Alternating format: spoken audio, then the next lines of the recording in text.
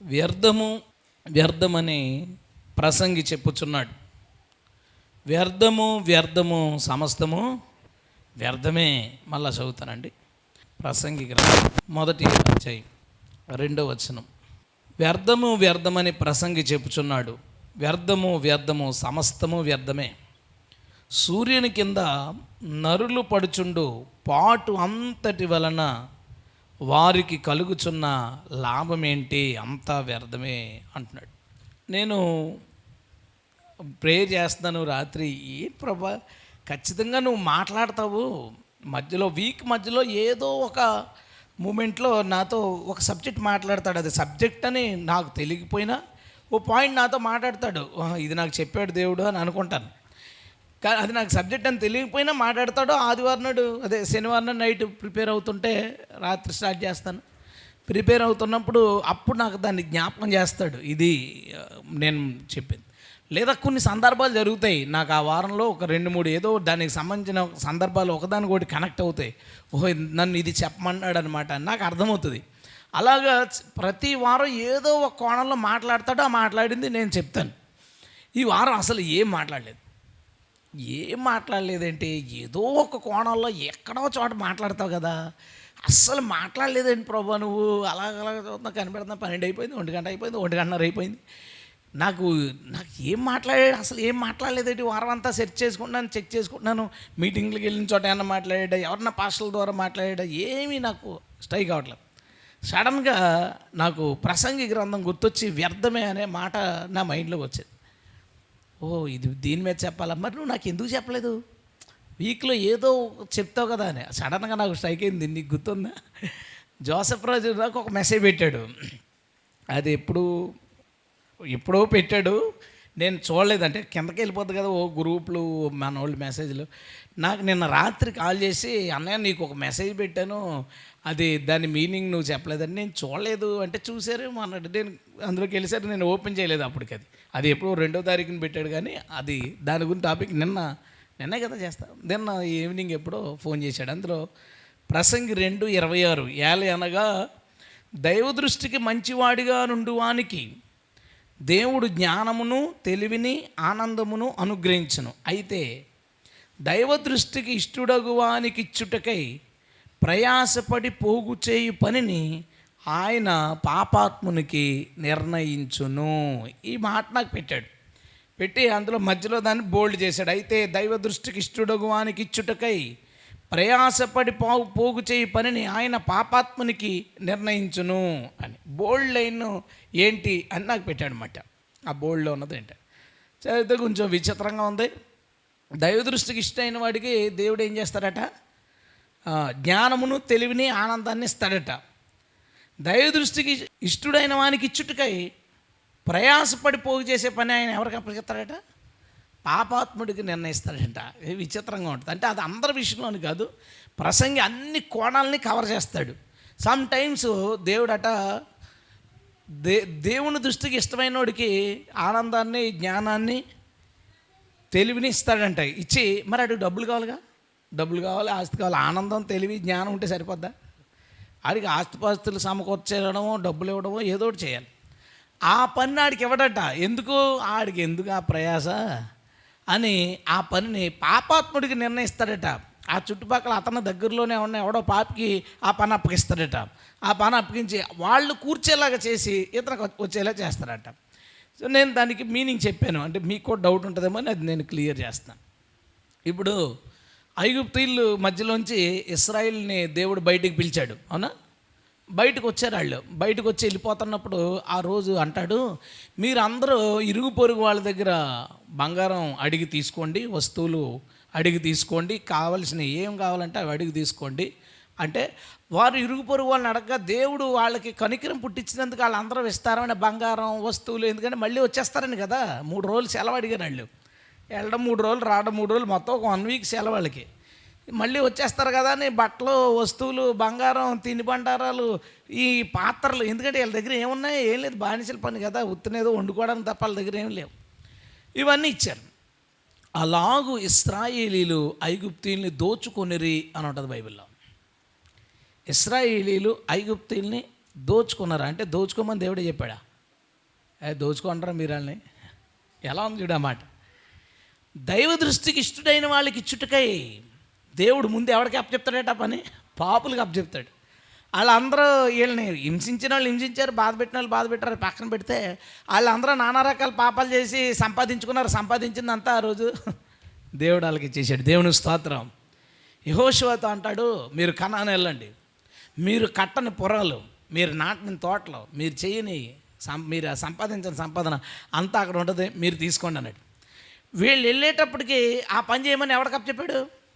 కనాను ప్రజలు ఎలాంటి వాళ్ళు చెప్పాడు? వావు వరుస లేని వాళ్ళు, వాళ్ళు అపవిత్రులు, వాళ్ళు తాగుబోతులు, వ్యసనపరులు, వాళ్ళు తమ పిల్లల్ని విగ్రహాలకి బలిచ్చేవాళ్ళు, నిప్పుల్లోకి పాడేసేవాళ్ళు, ఇన్ని రకాల దారుణమైన ప్రజలు వాళ్ళు.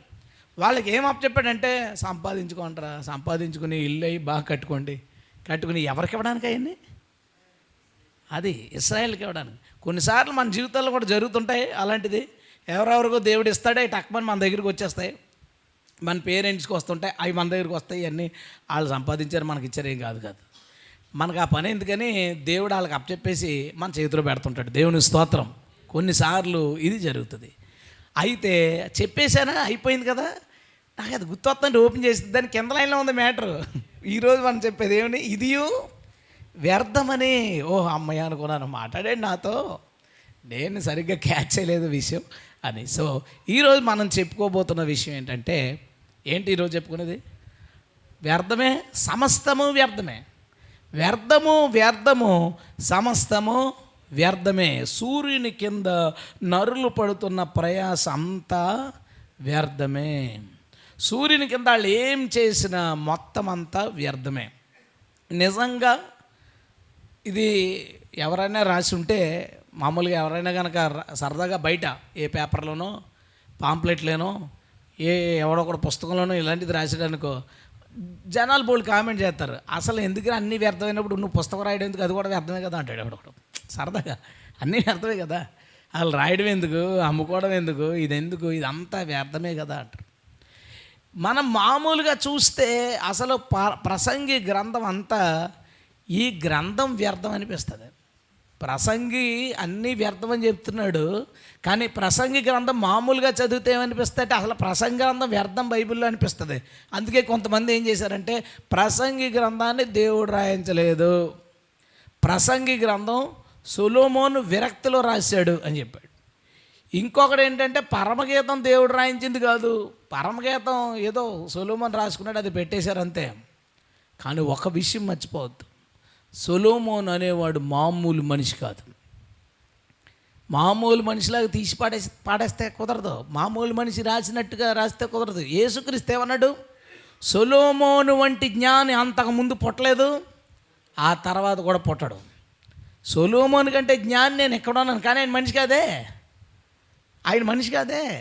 సొలొమోను వల్లే భార్య భర్తలు పుట్టిన వ్యక్తి కాదే. సో ఇప్పుడు ఈయన సొలొమోను కంటే జ్ఞానం వచ్చు, కానీ దేవుని వాగ్దానం అలాగే ఉంది. ఏంటది? సొలొమోను వంటి మానవుడు ఎంతకుముందు పుట్టలేదు, ఇక ముందు పుట్టడు. అలాంటి జ్ఞానం ఇంకెవడం ఉంటుందని చెప్పాడు.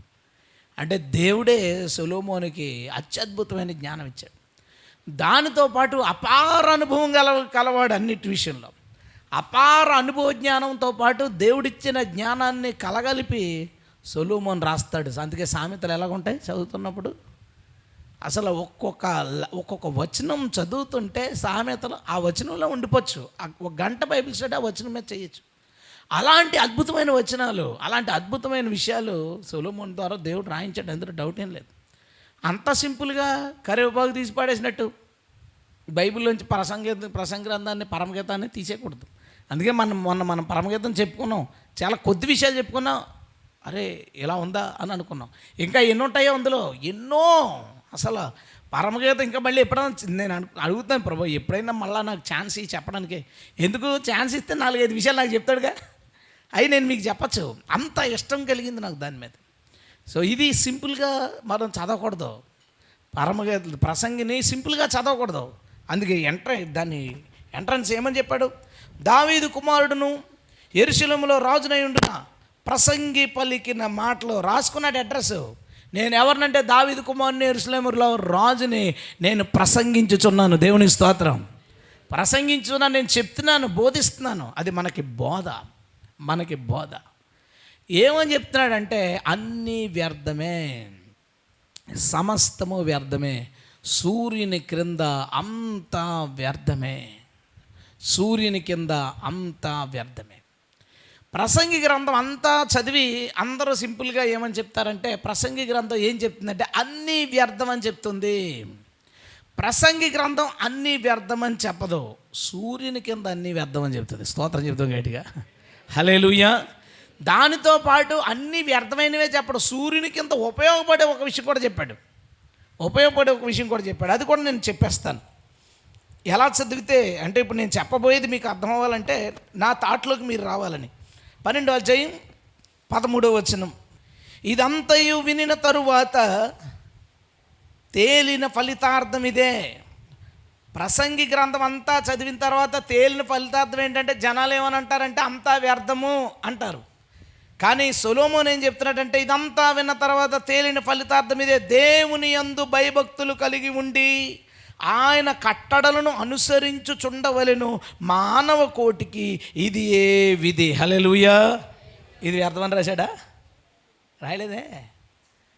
ఎలా మిస్ అయిపోయాం? చాలా ముఖ్యమైన విషయం కదా అది. మానవ కోటికి ఇది ఏ విధి ఏంటంటే దేవుని యొక్క కట్టడలను అనుసరించుచుండవలెను. ఇదంతా విన్న తర్వాత తేలిన ఫలితార్థం ఇదే, దేవుడు ఏం చెప్పాడో భయభక్తులు కలిగి భూమి మీద ఉన్నప్పుడు దానిని చెయ్యాలి. సో దేవుని ఆజ్ఞలు పాటించడమే ముఖ్యం, కానీ మిగతాది ఏదైనా, దేవుని ఆజ్ఞను మీరేది ఏదైనా సరే, దేవుని ఆజ్ఞకు వ్యతిరేకమైనది ఏదైనా సరే, అది సూర్యుని కింద ఎంత విలువైనదైనా అది, గట్టి చెప్పాలి ఈ మాట, వ్యర్థమే. చివరిదాకా నేను అడిగినప్పుడల్లా ఒకటే మాట, చిన్న మొక్క, అన్నీ వ్యర్థమే. ఏది దేవుని వాక్యానికి దూరమైంది, దేవుని వాక్యానికి వ్యతిరేకమైంది, అది ఏదైనా సరే అది వ్యర్థము. అది చెప్పాలనుకుంటున్నాడు, వాక్యానికి దూరమైంది ఏదైనా. అయితే ఇంకొకటి, సూర్యుని కింద అనే మాటకు అర్థం ఏంటి, దాని మీనింగ్ కూడా ఒకసారి మనం చూద్దామే. 3వ అధ్యాయం 19వ వచనం. ఇలాంటివి చదివే ఇది బైబిల్ నుంచి అనవసరం అని అనుకుని ఉంటారు. 3:19 చదివితే అలాగ అనిపిస్తుంది. నరులకు సంభవించినది ఏదో అదే మృగానికి సంభవిస్తుంది, వారికి వాటికి కలుగు గతి ఒకటే. నరులు చచ్చినట్లు మృగాలు చచ్చును, సకల జీవులకు ఒక్కటే ప్రాణము, మృగముల కంటే నరులకేమీ ఎక్కువ లేదు, సమస్తము వ్యర్థం. నిజమేనా? ఈ మాట నిజమేనా? ఏంటి సైలెంట్గా ఉన్నారేంటి? ఎందుకు వచ్చింది మన తలనొప్పిన? నిజం కాకపోతే ఎందుకు రాశాడు సొలొమోను? కొన్ని రాసినాడు ఎవడైనా అలా టప్పవుడు రాశాడా? కాదు. ఎవరు రాశాడు? భూమి మీద జ్ఞాని, దేవుని వల్ల జ్ఞానం సంపాదించుకున్నవాడు రాశాడు. ఏమని రాశాడంటే, భూమి మీద మృగాలు చచ్చిపోతున్నాయి, మనుషులు చచ్చిపోతున్నారు. మృగాలకి మనుషులకి తేడా ఏముంది? అవి ఆకలిస్తే తింటున్నాయి, మనం ఆకలిస్తే తింటున్నాం. అవి ఆకలేసి దానికంటే చిన్న జంతువులు తినేస్తాయి, మనం ఆకలేసి మనం వాటికంటే మనకంటే చిన్న జంతువులు తినేస్తాం.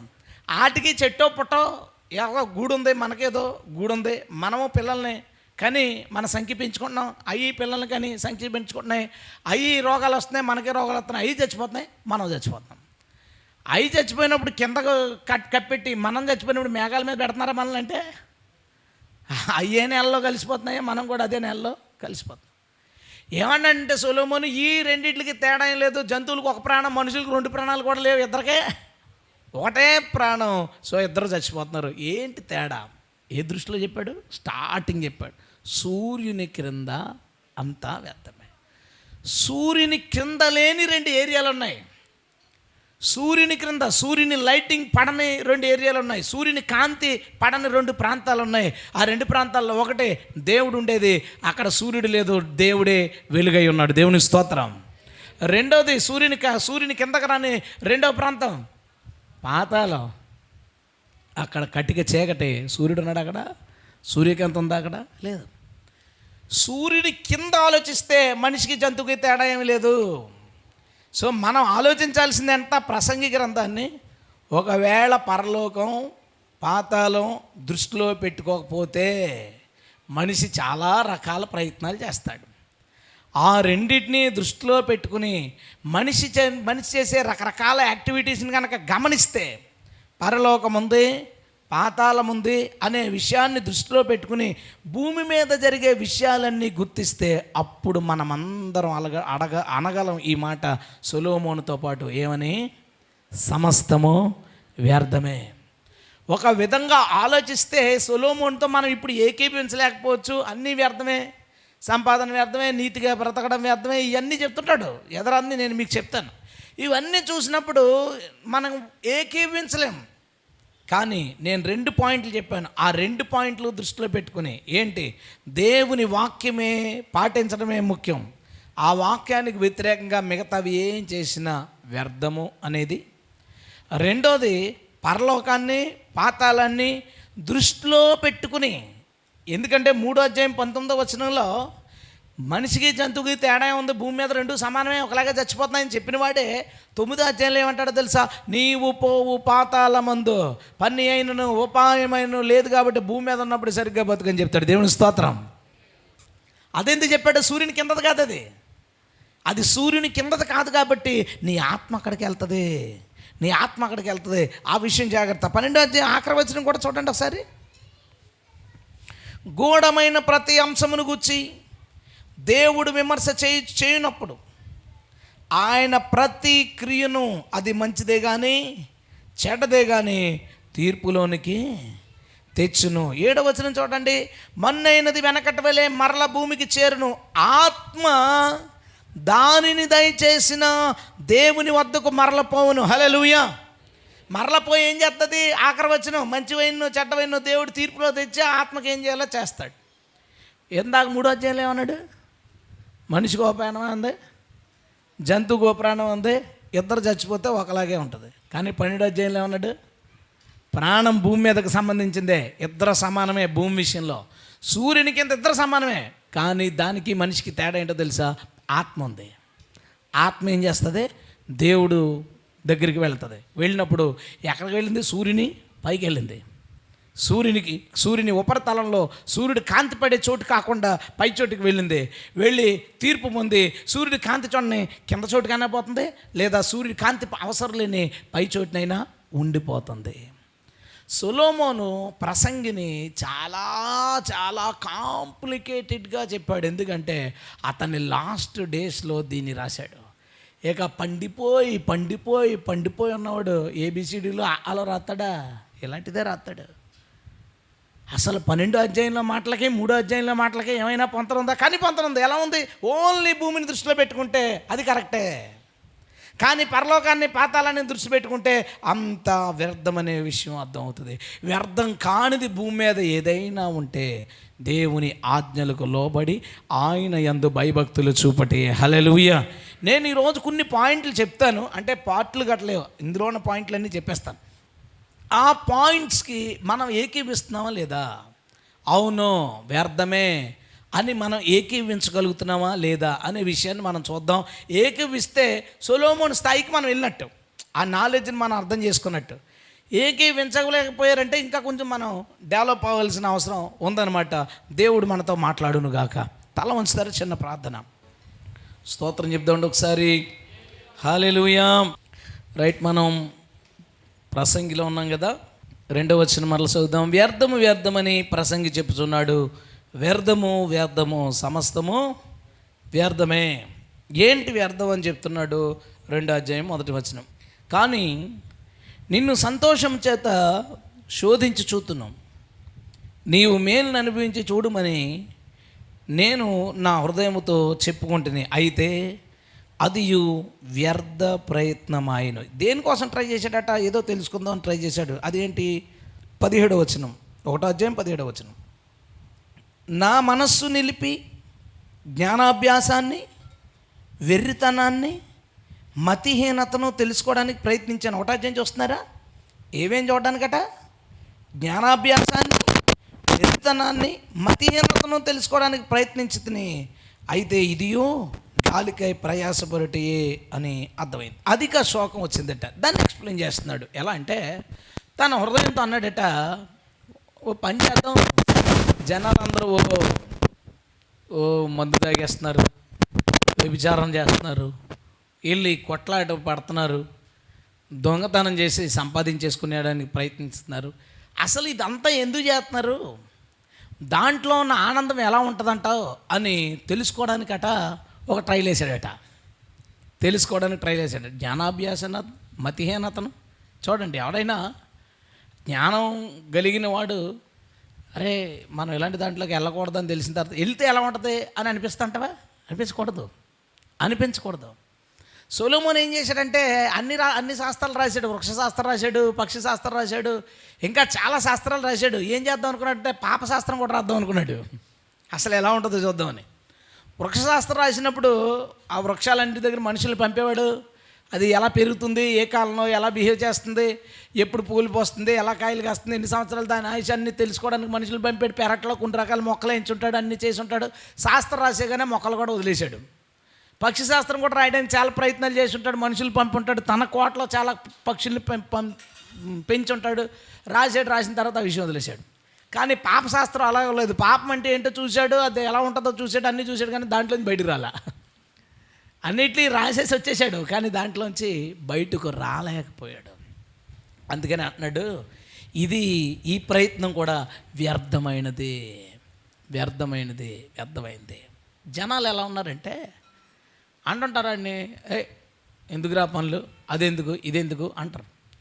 అన్న తర్వాత ఎవరో అంటాడు, ఒక్కసారి తాగి చూడరా నీకే తెలుస్తుంది, ఒకసారి తాగి నచ్చపోతే మానే. వీడు మనసులో అనుకుంటాడు, ఎంతలాగా షాపుల దగ్గర కొట్టేసుకుంటున్నారేంట్రా బాబు, దోస్తీ అంటే ఇదే అని, అస్సలు వదలట్లేదు దీన్ని, అసలు ఏంటో చూద్దాం దీని సంగతే అని అడుగు పెట్టాడా, అయిపోయింది ఇంకా జీవితం అయిపోయింది. అదే ఆ ప్రయత్నమే మన జీవితంలో ఎప్పుడూ రాకూడదు. ఏమండి ఏం సాధించాడండి సొలొమోను? ఏం సాధించాడు? మహాజ్ఞానం ఉంది. ఒక ఆయన వచ్చాడు, వాళ్ళ అమ్మాయిని తీసుకుని వచ్చాడు.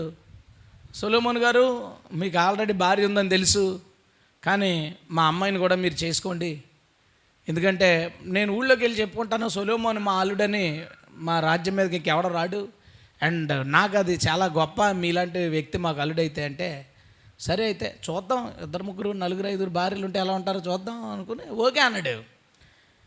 ఇంకా జనాలు టాక్ ఎలా వెళ్ళిపోయిందంటే, చూడండి పలానా వాళ్ళు ఆఫర్, కంపెనీ వాళ్ళు ఆఫర్ పెట్టాడు ఉద్యోగస్తులకి, రెండంటే ఇంటర్వ్యూలకి ఎలా వెళ్ళిపోతారు, అలాగా సొలొమోన్ గారు పెళ్ళి చేసుకుంటున్నారు రాజులు కూతుర్ని అని ఎవడ పెడతాడు. చూడండి చుట్టాల దగ్గరికి వెళ్ళినప్పుడు ఫ్రూట్స్ పెట్టుకెళ్ళినట్టు ఎవడ పెడతాడు, వాళ్ళ అమ్మాయిని పట్టుకుని వెళ్ళిపోయారు అక్కడికి. అలాగా చేయగా 700 పెళ్ళిళ్ళు అయిపోయినాయి. వీళ్ళందరినీ పెళ్లి చేసుకుంటా వాళ్ళ ఇష్టాలు వీళ్ళ ఇష్టాలు, ఆ గొడవలు ఈ గొడవలు, ఈ తలనొప్పులు అన్నీ పడి మొత్తానికి దేవుణ్ణి వదిలేసి విగ్రహం దగ్గరికి వెళ్ళిపోయినప్పుడు దేవుడు ఎదురుపడ్డాడు. సొలొమోను దర్శించాడు, పదే దర్శించి నువ్వు చేస్తున్నది కరెక్ట్ కాదు అని దేవుడు మాట్లాడితే, అయినా సరే సొలొమోను దేవుని వైపు తిరగడానికి ఇష్టపడలేదు. ఆ మూమెంట్లో సొలొమోను ఒకవేళ చచ్చిపోయే పరిస్థితి వస్తే, చచ్చిపోతాడు 5 నిమిషాల్లో అనుకున్నప్పుడు, మొత్తం చుట్టాలకు కూడా ప్లేస్ ఉండదు, భార్యలు నిలబడితే చాలు. అక్కడ ఎంత పెద్ద కోట అయినా 700 మంది భార్యలు, బామ్మద్దులు, మాంగారులు, కన్న పిల్లలు కనుక ఉంటే ఇంకెవడొస్తాడు బయట రాడండి.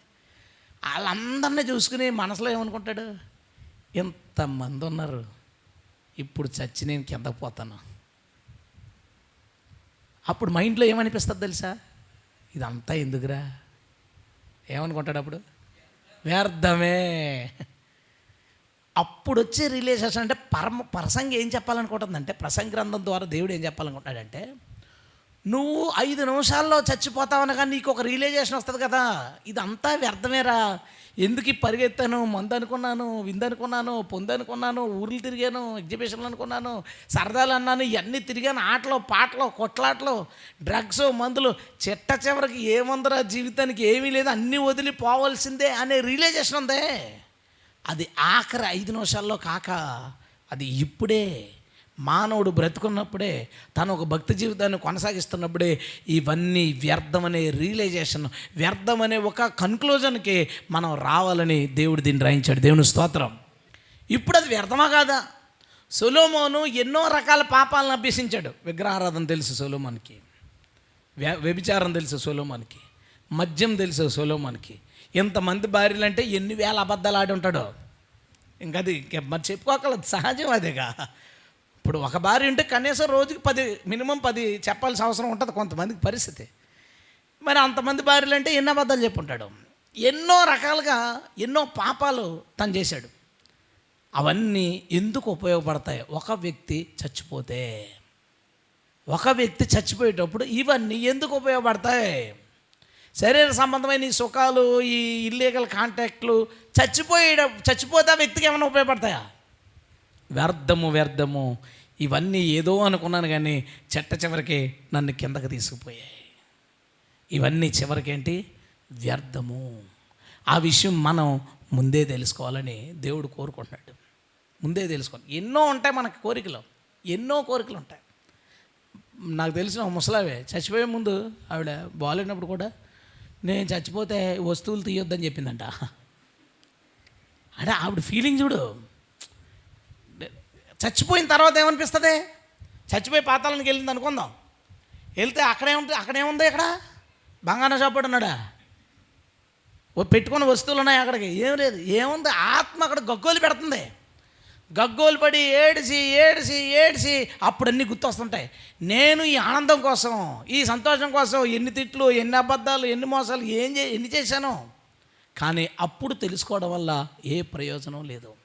వైరాగ్యం మనిషి చచ్చిపోయే ముందో చచ్చిపోయిన తర్వాత వస్తే ప్రయోజనం లేదు. వైరాగ్యం అంటే అర్థం ఏంటంటే ఈ లోకంలో ఏవైతే దేవుడికి కానివి, దేవుడు వద్దని ఉన్నాయో అవన్నీ అనవసరము, వ్యర్థము అని తెలుసుకోవడమే నిజమైన వైరాగ్యం. దేవునికి స్తోత్రం. ప్రసంగి మనకది నేర్పడానికి ప్రయత్నిస్తున్నాడు. ప్రసంగి తన అపార అనుభవం, దేవుని జ్ఞానాన్ని క్రోడీకరించి రెండింటిని కలిపి ఏది అనవసరమైందో అది చెప్తున్నాడు. దేవుని వాక్యానికి విరుద్ధమైన ప్రతి సంతోషము, ప్రతి ఎంజాయ్మెంటు, ప్రతి ఆనందం ముమ్మాటికి వ్యర్థం. అది ఎప్పుడుకో తెలుస్తుంది మనకి. అప్పుడు తెలియడం వల్ల మనకి ఏ ప్రయోజనం ఉండదు. సపోజ్ మాట చెప్తా. ఒక వ్యక్తి తన ఎంజాయ్మెంట్ కోసం ఎప్పుడో ఒక స్త్రీని మానభంగం చేసి చంపేశాడు. ఏదో జరిగిందని కప్పేడేశాడు. అది తెలియలేదు ఎవరికే. 10 సంవత్సరాల తర్వాత మొత్తానికి అది ఏదో బాడీ రావడం మొత్తానికి వీటికి తెలిసిపోయింది. 10 ఏళ్ళ తర్వాత ఈయన తీసుకెళ్ళి లోపల పడేశారు.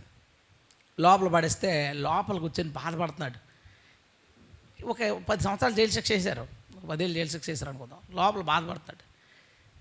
కాసేపు ఆనందం కోసం నేను చేసిన పనికి 10 సంవత్సరాలు జైల్లో కూర్చొని ఆడాల్సి వస్తుంది. ఎవడన్నా పక్కన కూర్చొని అడుగుతాడు ఇప్పుడు అన్నా బాగా హ్యాపీగా ఆ రోజు. ఏం హ్యాపీరా, ఇదిగో జీవితం వేస్ట్ అయిపోయింది. 10 సంవత్సరాల జీవితం పోయింది, ఈ జైల్లోనే గడపాలి. అనవసరంగా చేసిన ఆ పని వ్యర్థమని ఎన్నిసార్లు అనుకుంటాడు జైల్లో 50 సార్లు వ్యర్థమని అనుకుంటే విడుదల చేస్తారా? పోనీ 1,00,000 సార్లు ఎందుకు ఇలా చేశాను, చంపినాడు. ఆ 15 సంవత్సరాలు జైల్లో అదే అనుకుంటాడు. ఎందుకు అలాగా ఎమోషన్ అయిపోయాను. దొంగతనం చేశాడు, లోపల పోయాడు. ఒకసారి ఒక దొంగను ఇంటర్వ్యూ చేశారు. మాట్లాడతా మీరు బంగారం దొంగిలించి ఇలా చేశారు కదా, జైల్లో ఉన్నప్పుడు మీ ఫీలింగ్ ఏంటి అని అడిగితే అతను ఏం చెప్పాడు తెలుసా? నాకు 8 సంవత్సరాలు జైలు శిక్ష పడింది. 8 సంవత్సరాలు జైలు శిక్ష పడింది. 6 నెలలు నేను నిజంగా 6 నెలలు కూలి పనికి వెళ్తే సంపాదించేసుకోగలను ఆ బంగారం డబ్బులు. 7.5 సంవత్సరాలు మిగిలి ఉండేది నాకు అన్నాడు. 6 నెలలు కష్టపడితే సంపాదించుకోగలిగేదాన్ని 5 నిమిషాల్లో సంపాదిద్దాం అని ప్రయత్నం చేశాను, ఒక రోజులో సంపాదిద్దామని ప్రయత్నం చేశాను. నా జీవితంలో ఇలా అయిపోయిందండి, చాలా అనవసరం అండి ఇలాంటి పనులని అన్నాడు. ఏంటి ప్రయోజనం లేదు. మనం కూడా ఈ లోకంలో చాలా వాటిని అనుభవించడానికి చాలా ఆనందాలు వెనకాల పరుగులు పెడతాం. చచ్చిపోయిన తర్వాత పాతాళానికి వెళ్ళి అంతా వ్యర్థమేరా, చివరికి మన దగ్గరికి ఏమీ రాలేదు, మిగిలిందంతా ఏం మిగిలింది? శిక్ష, బాధ, వేదన మిగిలింది. అంతా వ్యర్థమే. పాతాళంలో అంతా వ్యర్థమని తెలుసుకోవడం వల్ల ప్రయోజనం లేదు. జైలు శిక్ష పడిన తర్వాత జైల్లో అంతా వ్యర్థమని తెలుసుకోవడం వల్ల ప్రయోజనం ఎలాగలేదు. పాతాళానికి వెళ్ళిన తర్వాత ఏ ప్రయోజనం లేదు. కానీ జైల్లో ఉన్నవాడికి ఒక హోప్ ఉంటుంది. 2 ఏళ్ళ శిక్ష తర్వాత వస్తానో, 8 ఏళ్ళ తర్వాత వస్తానో, 10 ఏళ్ళ తర్వాత వస్తానో ఒక హోప్ ఉంటుంది. పాతాళంలోకి వెళ్ళినోడికి ఏం హోప్ ఉంటుంది? ఇంకా ఆడి బైబిల్ తెలిసినోడైతే ఆడికి భవిష్యత్తు తెలుసుకుని ఇంకా ఎడుతాడు. ఇప్పుడు నేను పాతాళంలో చీకటి కొట్లు ఎడుతున్నాను, రేపు అగ్నిగుండంలోకి వెళ్తాను. అప్గ్రేడ్ అవుతాను నేను, తీసుకెళ్ళి నన్ను నరకంలో పడేస్తాడు. అది తెలుసుకుని ఏంటి ప్రయోజనం? అందుకు దేవుడు ఈ గ్రంథాన్ని రాయించాడు. ప్రసంగి గ్రంథం ఎంత అద్భుతమైందంటే నీవు రేపు పాతాళానికి పోయి ఏదైతే రిలీజ్ అవుతావో అప్పుడు ప్రయోజనం లేదు. ఆ విషయాన్ని ఇప్పుడే గ్రహించి దానికి తగినట్లుగా ఈ సూర్యుని కింద దేవుని ఆజ్ఞల ప్రకారం బ్రతికితే నీ ఆత్మ పైకి వెళ్ళి ఆయన దగ్గర ఉండిపోతుంది. హల్లెలూయా. అందుకే సొలొమోను ఇలా అన్నాడు, మతిహీనతను, వెర్రితనాన్ని, అజ్ఞానాన్ని, హృదయానికి కావలసిన సంతోషాల కోసం నేను పరుగులు పెట్టాను, ఆ ప్రయత్నం వ్యర్థమని నేను తెలుసుకున్నాను. చాలా జాగ్రత్త. కొన్నింట్లోకి వెళ్ళడమే, మళ్ళీ బయటికి రాలేం. అంటారు కదా, గేమ్లు ఆడుతుంటే తిట్టివాడు కదరా, నువ్వేంట్రా ఫోన్ వదలట్లేదు అనేవాడు ఫ్రెండ్స్నే. ఎందుకురా అస్తమాను గేము ఫ్రెండ్స్ ఉన్న మాట్లాడచ్చు కదా, ఎదుర్కొంటాను.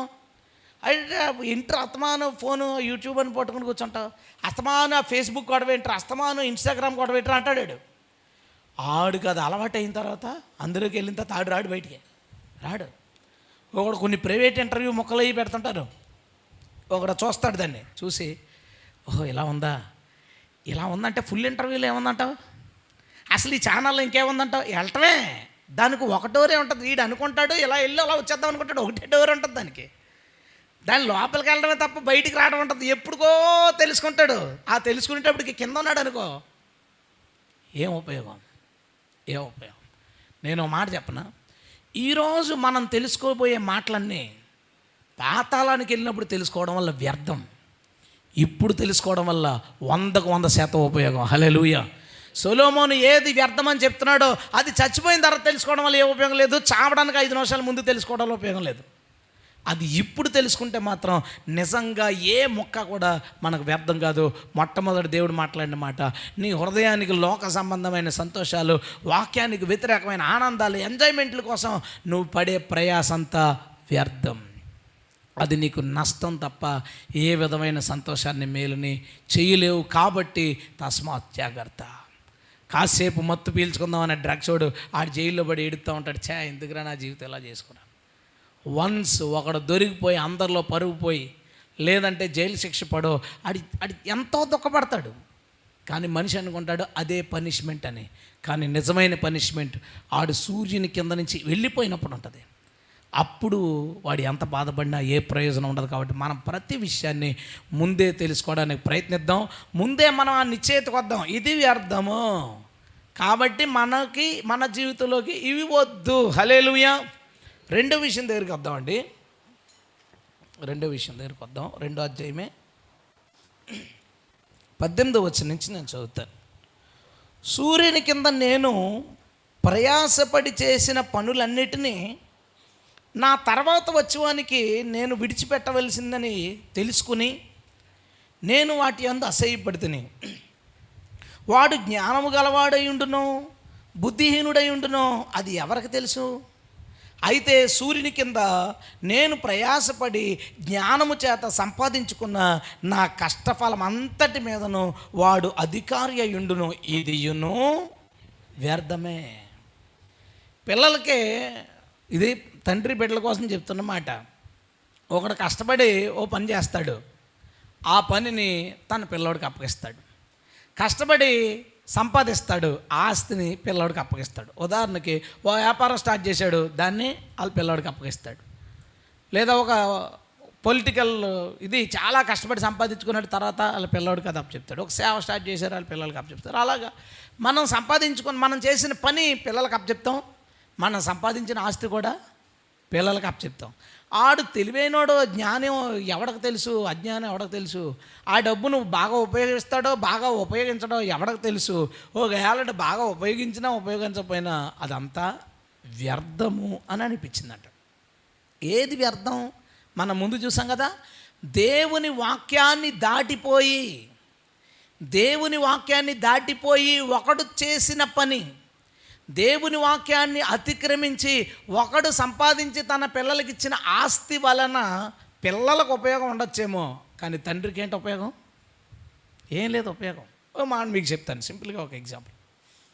ఓ తండ్రి వ్యాపారం చేస్తూ కష్టపడి సంపాదిస్తున్నాడు. సంపాదించేటప్పుడు చాలా అబద్ధాలు ఆడాలి. రియల్ ఎస్టేట్ కావచ్చు, కన్స్ట్రక్షన్ కావచ్చు, ఏదైనా అబద్ధాలు ఆడాలి, మోసాలు చేయాలి. ఏమీ లేని ఏకాకుడు ఉన్నాడండి, ఆడి తప్ప ఆడికి ఎవడో లేడు అనుకుందాను. ఆడి తప్ప ఆడికి ఎవడో లేడు అనుకోండి. ఆడు ఏం కోరుకుంటాడంటే ఈరోజు నాకు 400 వస్తే చాలు అనుకుంటాడు. భార్య ఉందనుకో ఇంకో 200 వేసుకుంటాడు. పిల్లలు ఉన్నారనుకో ఇంకో 400 వేసుకుంటాడు. ఎందుకంటే వాళ్ళకి చదివించాలా, వాళ్ళకి ఆహారాలు అన్నీ ఉన్నవాడు ఇప్పుడు చాలా సంపాదించాలి చదివించడానికి. వాళ్ళకి మళ్ళీ చదివించడంతో పాటు ఇంకా ఆస్తులు కూర్చడానికి ఇదంతా. ఒక 60 సంవత్సరాల పర్సన్ బిల్డింగ్ కొనడానికి తిరుగుతుంటాడు ఒక్కోసారి. నేను అనుకుంటాను మనసులో, గట్టిగా అయితే 10 సంవత్సరాలు ఉంటే 10 సంవత్సరాలు బతుకుతాడు, లేదు ఇంకో 15 సంవత్సరాలు. దానికి ఇంత డబ్బు ఇన్వెస్ట్ చేయడం ఎందుకు అని అనిపిస్తుంది. కానీ అతనే ఉంటాడంటే, రేపు మా పిల్లలకే నేను వెళ్ళిపోయినా మా పిల్లలకు ఉండాలండి, మా నాన్న కొనిచ్చాడు ఈ ఫ్లాట్, మా నాన్న కొన్నాడు ఈ బిల్డింగు, ఏదైనా చేసి నేను కొనాలండి, ఎలాగైనా దాన్ని సాధించాలండి అంటే అతని కోసం కాదు, అతని ప్రయాసం అంతా పిల్లలకి అప్పచెప్పాలి, పిల్లలకి ఇవ్వాలి. ఎందుకంటే ఓన్లీ నా గురించి నేను ఆలోచించుకున్నప్పుడు అంత పెద్ద మ్యాటర్ కాదు. ఇప్పుడు మీరు ఒక ఊరికి టూర్కి వెళ్ళారంటే వారం రోజులు, ఎవడన్నా వారం రోజులు టూర్కి వెళ్ళినప్పుడు బిల్డింగ్ కట్టుకుంటాడు అక్కడ వారం రోజులు ఉండడానికి. ఏం చేస్తాం, ఒక గుడారం వేసుకుంటాం, లేదంటే ఏదో దాంట్లో అద్దుకుంటాం. వారం రోజులు ఉండేదాన్ని గట్టిగా ఉంటే ఒక 50-60 సంవత్సరాలు, అందులో 25 సంవత్సరాలు మన తల్లిదండ్రులకి ఎంత బతికేసాం. ఇంకా గట్టిగా నువ్వు బతికితే 50 సంవత్సరాలు. 50 సంవత్సరాల కోసం బోల్డ్ అంత కష్టపడి ఇల్లు, దానికి స్థలం, ఈ వ్యవహారం ఇవన్నీ కూర్చుకోవాలా. ఎందుకంటే మనిషి తన లైఫ్ 100 సంవత్సరాలు 80 సంవత్సరాలు అనుకున్నప్పుడు 50 సంవత్సరాలు చాలా ప్రెషియస్, 50 సంవత్సరాలు నిజంగా చాలా విలువైనవి. కానీ మనిషి యొక్క జీవితానికి అంతం లేదు. కొన్ని కోట్ల సంవత్సరాలు మనిషి ఆత్మ, కొన్ని వేల కోట్ల సంవత్సరాల ఆత్మలో 50 సంవత్సరాలు అంటే ఏమన్నా విషయమా? కాదు కాదు. ఒక 100 రూపాయలు చేతిలో ఉన్నవాడికి 50 రూపాయలు చాలా విలువైనవి. ఒక 20 కోట్లు ఆస్తున్నవాడికి 50 రూపాయలు అంటే అసలు కౌంటబుల్లేనా? అది 100 రూపాయలు 1000 రూపాయలు అంటే అసలు కౌంటబుల్లా? ఒక 20 కోట్లు ఆస్తున్నవాడికి, డబ్బులు ఉన్నవాడికి కాదు. నీ ఆత్మ యొక్క వయసు ఎన్ని వేల సంవత్సరాలు, కోట్ల సంవత్సరాలు. ఆ కోట్ల సంవత్సరాల్లో ఒక్క 50 సంవత్సరాలు ఈ భూమి మీద నువ్వు బతికేది. దానికోసం నువ్వు ఏదైనా కట్టుకోవాలి, సంపాదించుకోవాలి, దాచుకోవాలి అని అనుకుంటే అది న్యాయంగా చేయాలనుకున్నవాడికి ఎలా ఉంటుందంటే చాలా టైం పడుతుంది, అయినా పర్లేదు అనుకుంటాడు. కానీ తన పిల్లల కోసం, తన కోసం సంపాదించుకోవాలనుకున్నప్పుడు దేవుని వాక్యాన్ని మీరు సంపాదిస్తే చచ్చిపోయే మూమెంట్లో చుట్టూరు పిల్లలు ఉన్నారు. వాళ్ళందరూ నాన్న మనవలో కోడల్లో అందరూ, నాన్న చాలా సహాయం చేసావు మాకైతే, నీ పేరు చెప్పుకుంటాం, నీ ఫోటో హాల్లో పెద్ద ఫోటో పెడతాం, పెరట్లో నీకోసం ఒక బొమ్మ కడతాం, చచ్చిపోయిన చోట నీకు గ్రానైట్తో మంచి సమాధి కడతాం, ఎందుకంటే నువ్వు మమ్మల్ని చూసుకున్నావు అంటే అన్నీ చూసుకుని చాలా ఆనందపడతాడు. కిందకి వెళ్ళిపడి తీరా చచ్చిపోయి. ఎందుకు? ఆజ్ఞలు అతిక్రమించి సంపాదించాడు. ఇక్కడ గ్రానైట్తో కట్టిన సమాధి వల్ల ఏంటన్నా నీకు ఉపయోగం అని కింద అడిగాడు. ఎవడన్నా ఏమంటాడు? వ్యర్థం. మీ పిల్లలు నీకు చాలా పెద్ద ఫోటో కట్టారు కదా, ఏంటి దానివల్ల ప్రయోజనం? వ్యర్థం. ఊళ్ళో నీ గురించి చాలా బాగా చెప్పుకుంటున్నారు మీ పిల్లలు, మా నాన్న లాంటి నాన్న ఎవడికి ఉండడు. మీ నాన్న లాంటి నాన్న ఎవడికి ఉండ కాదు, మీ నాన్న ఎక్కడున్నాడో చూడు ముందు, మీ నాన్న ఎక్కడున్నాడో చూడు ముందు, నువ్వు ఎక్కడికి వెళ్ళబోతున్నావు చూడు ముందు. ఆశ్చర్యం. మనిషి తను భూమి మీద బ్రతికి ఉన్నప్పుడు తన పిల్లల కోసం కూర్చడానికి అన్యాయాలు, అక్రమాలు, దాపరికాలు, దొంగ మాటలు, ఎన్నో రకాల ప్రయత్నాలు చేస్తాడు. చిన్నదో పెద్దదో అందరూ కాదు, అలా చేసినోడికి చెప్తున్నాను, అది వ్యర్థం. దానికంటే బెటర్ ఏంటంటే, నీవు నీ కొడుక్కి, నీ పిల్లలకి ఒక ఇల్లు కొనివ్వలేకపోయినా పర్లేదు, నువ్వు ఒక మంచి నిజాయితీ అయిన తండ్రిగా కనపరుచుకో. రేపు ఆ నిజాయితీ ఎంతో కొంత వాళ్ళకి వస్తుంది. దేవుని స్తోత్రం. ఏం వచ్చే నష్టం లేదు, వచ్చే నష్టం ఏం లేదు. ప్రతి సిటీలోనూ 70% మంది రెంటకుంటారు. మీకు తెలుసా విషయం? ప్రతి సిటీలోనూ ఉండే ప్రజలు 70% మంది రెంటకున్నారు. బతకట్లేదా? ఇల్లు లేకుండా బతకట్లేదా ఈ భూమి మీద? ఈ ప్రపంచమే 70%, ఈ ప్రపంచంలో ఉన్న జనాలు ఒక 60%, 50% అద్దెల్లో బతుకుతున్నారు. సగం మంది అద్దెల్లో బతుకుతున్న వాళ్ళే. నష్టమే ఉంది దాంట్లో, బతికేస్తున్నారు, ఇబ్బంది ఏం లేదు. నేను ఇల్లు వద్దంటలేదు, మీ పిల్లలకి ఏమీ కూర్చొద్దంటలేదు. నేనేం చెప్తున్నానంటే, ఒక్క తప్పు చేసి కూడా, ఒక్క అబద్ధం ఆడి, ఒక తప్పు చేసి, ఒక మోసం చేసి, ₹1 సంపాదించి నీ పిల్లోడికి దాచినా అది నీకు వ్యర్థం, అది నీకు వ్యర్థం, ఖచ్చితంగా వ్యర్థం. చివరి కిందకి వెళ్ళి తెలుసుకునే మాట మనం ఈరోజు ఇక్కడే తెలుసుకుంటున్నాం. దేవునికి స్తోత్రం. మోసం చేసి సంపాదించొద్దు నీ పిల్లల కోసం, అన్యాయం చేసి సంపాదించొద్దు, అది వ్యాపారమైనా ఏదైనా సరే. ఉద్యోగాల్లో ఎంతమంది అన్యాయం చేస్తున్న వాళ్ళు లేరు? ఉద్యోగాల్లో ఇప్పుడు మన విజయ ఉద్యోగం ఉంది, డ్యూటీకి వెళ్ళాలి అంటే వాళ్ళ వాళ్ళు చేస్తుండదు పని.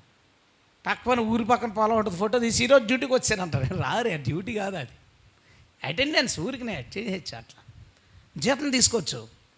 ఆ జీతంలో భాగం పిల్లలకి వెళ్తుంది, కానీ అది అక్రమమైన సొమ్ము. నువ్వు సెలవు పెట్టచ్చు కదా, సెలవు పెడితే జీతం కట్ అవుద్ది, బెటర్. అది సెలవు పెట్టు జీతం కట్ అయింది అనుకో, అది తప్పు కాదు. కానీ నువ్వు పని చేయకుండా జీతం తీసుకున్నావు అనుకో, అది తప్పు. నీరసంగా ఉంది, ఆఫీస్కి వెళ్ళి పని చేయలేము సరిగ్గా, మానేస్తే జీతం కట్ అవుద్ది, వెరీ గుడ్. ఆఫీస్కి వెళ్ళి పని చేయకుండా అల్లా గేమ్ ఆడొచ్చావు అనుకో, అప్పుడు కింద ఎడుతావు. అంతా వ్యర్థం. ఇలా చేశానంటే నేను అన్యాయంగా సంపాదించాను ఆ సొమ్ము, నేను కష్టపడకుండా సంపాదించాను, నేను నా యజమానికి తెచ్చి సంపాదించి పెట్టకుండా నేను సంపాదించుకున్నాను, నేను ఆఫీసులకు వెళ్ళకుండా నేను దొంగ అటెండెన్స్ వేయించేసుకున్నాను, దొంగ బయోమెట్రిక్లు వేయించేసుకున్నాను, ఏదోలాగా ఎవరినో మేనేజ్ చేసి నాకు సెలవు నేను పని చేసినట్టుగా జీతం తీసేసుకున్నాను. అదంతా పాపం కదా. ఎంతోమంది పాపాలు చేస్తారు, ఎంతోమంది తప్పులు చేస్తారు. నీ సంపాదనలో ₹1 తప్పున్నా అది నీ పిల్లలకు వెళ్ళిందే, వాళ్ళు దాన్ని అనుభవించవచ్చు. నువ్వు కిందకి వెళ్తావు కదా ఆ తప్పుడు సంపాదన వల్ల. నువ్వు ఏమిరా సాధించావంటే వ్యర్థం. నాకు అది వ్యర్థం అయిపోయింది, నాకు అది అనవసరం అయిపోయింది. గుర్తుపెట్టుకో సుమా, నీ పిల్లలకు కూర్చే ఆస్తిలో, లేదా నువ్వు దాస్తున్న డబ్బుల్లో, నువ్వు సంపాదించుతున్న సంపాదనలో అది లోపము కలిగింది అవుతుందా, ఖచ్చితంగా దానివల్ల నువ్వు నష్టపోతావు. అది వ్యర్థమని కిందకు పోయిన తర్వాత తెలుసుకుంటావు. ఎందుకంటే ₹1 దగ్గర రాలేదు, ఒక వాటర్ బాటిల్ అన్నా కొనుక్కోగలిగాడు, అక్కడ లేదు. అడుగుతున్నాడు కదా, ధనవంతుడు అడుగుతున్నాడు ఏమని, ఒక్క నీటి చుక్క నీ వేలును ముంచి ఆ వేలు చుక్క వేలు నుంచి జారుతుంది, ఆ చుక్క నా నాలుక మీద వేయి అని అడుగుతున్న ధనవంతుడికి నీటి చుక్క దొరకలేదు అక్కడ. సో అతని ధనం ఏమైంది? వ్యర్థం. అతడు కూర్చుంది వ్యర్థం. ఎందుకు? అతడు భూమి మీద ఉన్నంతకాలం అతని సంపాదనలో లోపం ఉంటే అతడు ముమ్మాటికి కిందకు పోయి బాధపడాలి. కాబట్టి ఆ రియలైజేషన్ మనకి ఎప్పుడు రావాలి? ఇప్పుడు వస్తే అది మనకు వ్యర్థం కాదు, ఉపయోగకరం. దేవునికి స్తోత్రం.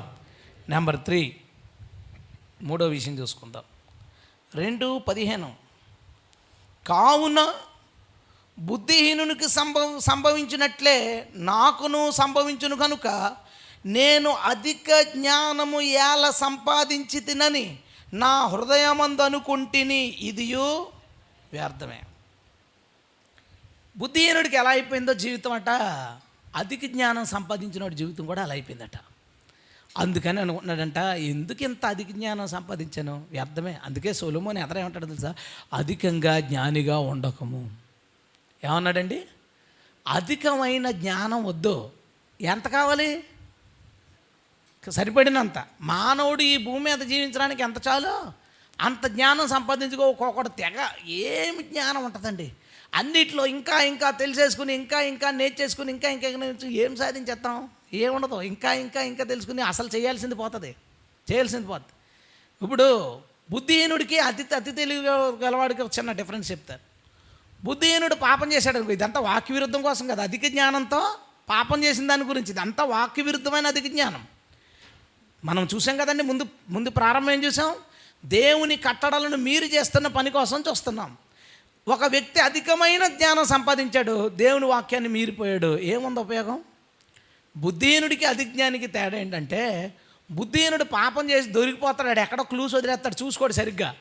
కానీ జ్ఞాని దొరకకుండా ఆ దొంగతనం చేసిన, అబద్ధం చేసిన, మోసం చేసిన, వ్యభిచారం చేసిన, లేదా ఆన్లైన్లో ఒక తప్పు చేసిన దొరకకుండా చాలా జాగ్రత్తగా తెలివితేటలు కలిగి ఆ పని చేస్తాడు. నీ అధిక జ్ఞానంతో నీవు ఇంకా ఎక్కువ పాపాలు చేసావు, ఎవరికి తెలియకుండా మేనేజ్ చేయగలిగావు. అప్పుడు కిందకి వెళ్ళిపోయిన తర్వాత ఏమనుకుంటాడు? ఇదంతా వ్యర్థమేరా, నా అధిక జ్ఞానంతో ఎలా అయిపోయినంటే. మీకు ఇంకో మాట చెప్తాను.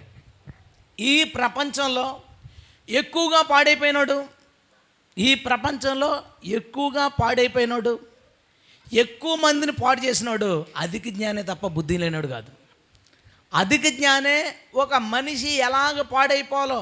ఆడు డ్రగ్స్ కనిపెట్టి, చెట్టు ఆకు నుంచి డ్రగ్స్ ఏట్రా బాబు, గసగసాల నుంచి డ్రగ్స్ కనిపెడతారంట. గసగసాలు ఈ ఆఫ్ఘనిస్తాన్ ఈ అరబ్ కంట్రీస్లో ఆ గసగసాలు వాళ్ళకి చాలా పెద్ద వ్యాపార పంట. దేనికి? డ్రగ్స్లో వాడతారంట. మనం ఎక్కడ వాడతాం? కూరలో వాడతాం జాగ్రత్తగా. మరి గసగసాలు ఎందుకు అంత రేట్ అనుకున్నా? డ్రగ్స్ ఎక్స్పోర్ట్ అయిపోతాయి. ఆ కనిపెట్టినాడు తెలివైనడో తెలివితో కూడా. అణుబాంబులు యుద్ధాలు ఇవన్నీ కనిపెట్టినాడు తెలివైనడో తెలివితో కూడా. తెలివైనవాడు. ఈ ప్రపంచాన్ని పాడు చేసేవాడు ఎప్పుడు అధిక తెలివైనవాడు. అందుకే బైబిల్లో సర్పము యుక్తికి వెళ్తాయి, అదే జడగొట్టింది భూమిని. అధికమైన జ్ఞానం, అధికమైన తెలివితేటలు ఆ వ్యక్తికి ఉంటాయి. ఎక్కడ ఎలా మాట్లాడాలో, ఏ మనిషిని ఎలా వంచాలో, ఏం చేయాలో. పైగా అధికమైన జ్ఞానికి మనసులో ఉంటుంది, నా తెలివితో ఇది సాధించాను అంటాడు. చివరికి అధిక జ్ఞానం నిన్ను పాతాళానికి తీసుకుపోతుంది. ఒక చిన్న ఇన్నోసెన్స్ ఉంటుంది, వెంటనే నమ్ముతాం, తెలుసుకుంటాం, చాలు మనకి. వాళ్ళు బెటర్. ఈ లోకంలో జ్ఞానహీనులు అధిక జ్ఞానుల మధ్యన ఒక సన్నని లైన్ ఉంది. జ్ఞానులు అందులో మనం ఉందుముగాక. అధిక జ్ఞానులకి జ్ఞానహీనులకి మధ్యలో బైబిల్ చెప్పే జ్ఞానం ఉంటుంది. ఆ జ్ఞానాన్ని సాధించి దాంట్లో బ్రతికేంత మనం ఉంటే చాలు, అది మనకు ఉపయోగపడుతుంది. అధిక జ్ఞానం సంపాదించుకుని దాని ద్వారా వాక్య విరుద్ధమైన పనులు చేసి మనం సాధించేది ఏమీ లేదు. చివరికి వ్యర్థం అని బాధపడతాం. ఇంకో మాట మీకు చెప్తాను చూడండి. ఈ క్రిస్టియన్ ప్రపంచంలో, క్రైస్తవ ప్రపంచంలో క్రైస్తవ్యాన్ని అతి ఎక్కువ పాడు చేసే ప్రసంగాలు చేసేవాళ్ళు ఎవరో తెలుసా? ఈ అధిక జ్ఞానులే క్రైస్తవ్యాన్ని పాడు చేసే ప్రసంగాలన్నీ వాళ్ళే చేస్తారు. అటు ఇటు తెలిసిన వాళ్ళు ఏమంటారంటే, అమ్మా తప్పు, అలా గొడవ పడకూడదు, అది పాపం, నీ నోరు చేస్తారు, అది పాపం. ఈ ప్రసంగాలు చేస్తారు వీళ్ళు. ఈ అధిక మేధావులు ఏం చేస్తారంటే వాళ్ళు ప్రపంచాన్ని చుట్టూ వచ్చి చెప్తారు. అయితే సొలొమోను ఏం రాశాడో తెలుసా? ఇదంతా వినిన తర్వాత తేలిన ఫలితార్థం ఇదే. ఆ చెప్పాడు కదా ప్రసంగం, ఏమని? ఇలా చూడకూడదు, అది చేయకూడదు. సొలొమోను చెప్పిందంటే చివరికి తేలిన ఫలితార్థం ఏంటంటే దేవుని కట్టడలను పాటించుటయే. హల్లెలూయా. అదే మిగిలింది. ఎంతో మేధావితనాన్ని సంపాదించి చివరికి ఏం చెప్పాడు తెలుసా? మోషే ధర్మశాస్త్రంలో ఏ కట్టడలు అయితే చెప్పాడో వాటిని పాటించడం కంటే ఉత్తమం ఏమీ లేదురా బాబు అని చెప్పాడు. అది కంక్లూజన్. ఓసారి ఒక అధిక జ్ఞాని కలిగిన ఒక ఆయన్ని ఒక యవనస్తుడు అడిగాడు, ఏమండి ఇలాగా కొన్ని రోజులు బాగానే ఉంటున్నాను, నేను మళ్ళీ మధ్యలో పడిపోతున్నాను, పాపలో మళ్ళీ నిలబడుతున్నాను, పడిపోతున్నాను, ఏంటని నా పరిస్థితి అని అడిగాడు. అడిగితే ఇతను అన్నాడు, గుండెకి పరీక్ష చేయించుకోవడానికి ఈసీ తీస్తారు కదా, ఈసీజీ తీసినప్పుడు రిపోర్ట్ ఎలా అవుతుంది? పైకి కిందకి గీతలు. జీవితంలో కూడా లెగడం పడ్డం ఉన్నప్పుడే నువ్వు బతుకున్నట్టు. నువ్వు అలాగ ఒకే స్థితిలో సింగిల్ గీత వచ్చిందంటే ఏంటి? నువ్వు చచ్చిపోయినట్టు. అంటే వీడు కనుక పరిశుద్ధంగా ఉన్నాడంటే మన కొన్ని రోజులకి ఏమనుకుంటా, ఇదేంటి నేను పాపంలో పట్టలేదేంటి, చచ్చిపోయినేంటి, నేను కింద పడాలి కదా, పైకి రావాలి కదా.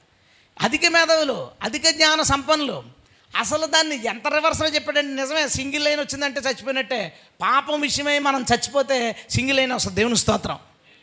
ఇంకంతే, ఒకటే లైను. మనం పరలోకానికి వెళ్ళిపోయే లైన్లో మనం ఉన్నాం, ఇంక కిందలుగా పైకి ఏమీ లేవు. అది చెప్పాల్సింది పోయి ఏమని చెప్పాడు? ఇక కింద కామెంట్లు, అన్నా ఒక పరిష్కారం దొరికింది నాకు. ఏం పరిష్కారం? పడాలి లేగాలి, అదే కదా జీవితం అని తెలుసుకుంటాడు. ఈ మేధావులు అందరి పని అదే. మన ఫేస్బుక్లో ఒకడు ఉన్నాడు, అతను ఒక సినిమా చూడడానికి ప్రమోట్ చేశాడు. అది ఏదో ఓటీటీ ప్లాట్ఫామ్లో వచ్చిందంట. దానికి ఏదో ఎయిర్ సినిమా ఎయిర్ అని వచ్చిందంట. అది దానిని చూడమని ఫేస్బుక్లో ప్రమోట్ చేస్తున్నాడు పాస్టర్. ఒకవేళ కింద అదేంటన్నా మీరు ఇలాంటివి ప్రమోట్ చేస్తున్నారు అని అన్నా అనుకోండి, కింద ఎలాంటి తెలివైన కామెంట్లు ఉంటాయో తెలుసా? మంచి ప్రతి చోట ఉంటుంది. అది ఏదో తెలుసుకోవాలి ముందు. ఆ ఉన్నది ఇది మంచిది కాబట్టి నీకు పెడుతున్నాను అన్నాడు. Very good. నా క్వశ్చన్ ఏంటంటే, టమాటాలు కొనడానికి వెళ్ళాం. ఆ టమాటా బుట్టలోంచి మంచి టమాటాలు 1 కేజీ ఏరుకొచ్చాం. ఈ టమాటాలు కేజీ మంచి అని తెలుసుకోవడానికి ఏం చేయాల్సి వచ్చింది? చెడ్డ టమాటాలన్నీ ముట్టుకుని నొక్కి తిప్పి చూడాల్సి వచ్చింది కదా. అంటే నువ్వు ఈ సినిమా ప్రమోట్ చేసే లోపు 100 పనికిమాలిన సినిమాలు చూసావన్నమాట నువ్వు. అది నీ తెలివితేటలో. ఆ తెలివితేటలతో నువ్వు ఏ సలహా ఇచ్చావు జనాలకంటే, అందులోకి వెళ్ళండి, ఆ కోపంలోకి. అక్కడున్న ఒక మంచిదంతా పట్టుకుని రండి. అందులోకి వెళ్ళినాడు ఓటీటీలోకి వస్తాడు, ఇక మళ్ళీ బయటకాడు రాడు. చివరికి ఏం చెప్తాడంటే, మొన్న ఒకటి చెప్పాడు కదా, ఓటీటీలో చూడొచ్చు సినిమాలు, థియేటర్కి వెళ్ళకూడదు, నాకు అలా తయారవుతాడు చివరికాడు. చూడండి జనాలు ఎలా ఉన్నారు. వీళ్ళందరూ ఎవరు తెలుసు? అధిక తెలివి కలిగిన వాళ్ళు. అధిక తెలివి కలిగిన వాళ్ళు. మనం కనుక గబుక్కుని నీ కన్ను జాగ్రత్త, నీ కన్ను చెడిందైతే దేహం అంతా చెడిద్దన్నారు అనుకో, వీళ్ళు అంతే, వీళ్ళు ఎప్పుడు అదే చూడొద్దు అంటారు, ప్రతిదీ నీ చూడొద్దు, అది వినొద్దు. ఇది చివరిగా తేలే ఫలితార్థం అదే. ఏంటి తేలే ఫలితార్థం? శరీరాశయు నేత్రాశయు జీవపటము విడుచు, లోకాన్ని లోకంలో ఉన్న వాటిని నేను ప్రేమించొద్దు, లోకంతో స్నేహించువాడు దేవునితో వైరం. దేవునికి స్తోత్రం. ఇదంతా విన్న తర్వాత తేలిన ఫలితార్థం ఇదే. కాకపోతే ఆడు ఎప్పుడు తేల్చుకుంటాడంటే కింద తేల్చుకుంటాడు. వీడు కిందకు పోయి కింద మనం ఆ రోజు కంగారు పడ్డాం. అంతకి తేలిన ఫలితార్థం ఏంటంటే ఇలా చేయకూడదనమాట. ఏంటి ఉపయోగం అప్పుడు తెలుసుకుని? ఏమీ లేదు, వ్యర్థం వ్యర్థం వ్యర్థం. అధిక జ్ఞానం, అధిక తెలివి. నేను ఇంకొకటి కూడా గమనించాను ఏంటంటే, అధిక తెలివి ఉన్న వాళ్ళు ఎవరో ఆజ్ఞల గురించి చెప్పట్లేదు. అది నేను ఒకటి తెలుసుకున్నాను క్రిస్టియానిటీలో. అధిక తెలివి ఉండి ప్రసంగాలుగా చాలా ప్రొఫెసర్ అండి బాబు, చాలా మేధావండి, చాలా జ్ఞానం చెప్పి చేసి ఏ ప్రసంగాలను విను, ఆ ప్రసంగంలో అందమైన మాటలు, అద్భుతమైన మాటలు, టెస్టమనీలు, మిషనరీ జీవితాలు అవి ఇవి ఏవో ఉండొచ్చు తప్ప అందులో నీ పర్సనల్ లైఫ్ నువ్వు ఎలా లీడ్ చేయాలా, అది ఏది తప్పై ఉంది, ఏది ఒప్పై ఉంది, ఆ తప్పు చేయకుండా ఉండాలంటే దేవుని ఆత్మ సహాయం నువ్వు ఎలా తీసుకోవాలి అస్సలు కనపడదు. ఏ ప్రొఫెసర్స్ పరిశుద్ధాత్మ సహాయం అడుగు, దేవుని ఆత్మ సహాయం ద్వారా నువ్వు జీవించగలుగుతావు. దేవుని ఆత్మ నిన్ను నడిపిస్తాడు, దేవుని ఆత్మ నీకు బోధిస్తాడు, వాక్యం నీకు ఇన్స్ట్రక్షన్స్ ఇస్తుంది, బైబిల్ చదివి దాని ప్రకారం బ్రతుకు అనే ప్రసంగం ఉంటుంది అనుకున్నాను. అలా ఉండదు. గ్రీకులో ఏముందంటే, ఎబ్రిలో ఏముందంటే, ఆ రోజుల్లో చరిత్రలో స్త్రీలు ఎలా ఉండేవాళ్ళు అంటే, వాళ్ళ వేషధారణ కట్టుబొట్టు ఎలా ఉండేదంటే, అనగానే కింద నుంచి అయ్యి బాబోయ్ అయ్యగారు తెలివితేటలు మామూలు తెలివితేటలు కాదు. ఈ మహాజ్ఞానం వల్ల వచ్చే ఉపయోగం ఏమీ లేనట్టు కనిపిస్తుంది. అందుకు మనం ఏమవుదాం అంటే జ్ఞానులు అవుదాం, అధికంగా జ్ఞానులు అవ్వద్దు. ఆమెను చెప్పండి గట్టిగా, హల్లెలూయా. ఎక్కువ ఏదో చేసేద్దాం, ఏదో సాధించేద్దాం, ఏదో నేర్చేసుకుందాం, అంత వద్దు మనకే. మామూలుగా సాదాసాదాగా మన జీవితాన్ని సింపుల్గా వాక్యానుసారంగా కొనసాగించుటే ఉత్తమమై ఉంది. అది అధిక జ్ఞానంతో మనం చేసే పనులన్నీ కూడా ఏమవుతాయి? వ్యర్థం. ఇప్పుడు ఆ స్పీకర్ ఎంత గొప్పడైనా కానీ ఎంతోమంది యవనస్తులు చెడిపోవడానికి కారణమైనప్పుడు ఏముందండి? ఇంకా ఏం లేదు. మొన్న వాడు అంటున్నాడు పాపం చేయకూడదని మనం చెప్తాం, వాళ్ళేం పాపం చేసినా పర్లేదని చెప్తారు. ఇలాగ అంటున్నారండి యూసీవీసీ వాళ్ళు, పాపం చేయొద్దు అంటున్నారు, ఇలాగ రక్షణ పోద్ది అంటున్నారు. హెబ్రీ పత్రికలను తీశారంటే అతను అన్నాడంట, హెబ్రీ పత్రిక మంద కాదన్నాడంట. హెబ్రీ పత్రిక మన కోసం రాయలేదు. హెబ్రీ పత్రిక ఏంటంటే, మరి వాళ్ళు మేధావులు కదా, వాళ్ళు ప్రొఫెసర్లు, వాళ్ళు పెద్ద పెద్ద మేధావులు, తర్వాత వాళ్ళు అపాలజిస్టులు, వాళ్ళందరూ చాలా పెద్దోళ్ళు కదా. ఆ అధిక జ్ఞానం కలిగినాడు ఏమంటాడంటే, అది మనకు కాదు. రేపు రోమపత్రికలో ఏమన్నా చూపించావు అనుకో, అది మంద కాదు, రోమీలు అంటాడు. మరి ఇంతకే కాకినాడ వాళ్ళది ఏది నాకు తెలియదు. పుస్తకం వైజాగ్ వాళ్ళ పుస్తకం ఏముంది ఇందులో? ఏమైనా ఉందా? కొరింథీలదేమో కొరింథీల గురించి చెప్పేటప్పుడు కొరింథీలకు వరాలు ఉండి ఆళ్ళది అంటాడు, వరాల గురించి మాట్లాడుతుంటే అది ఆళ్ళదంటాడు.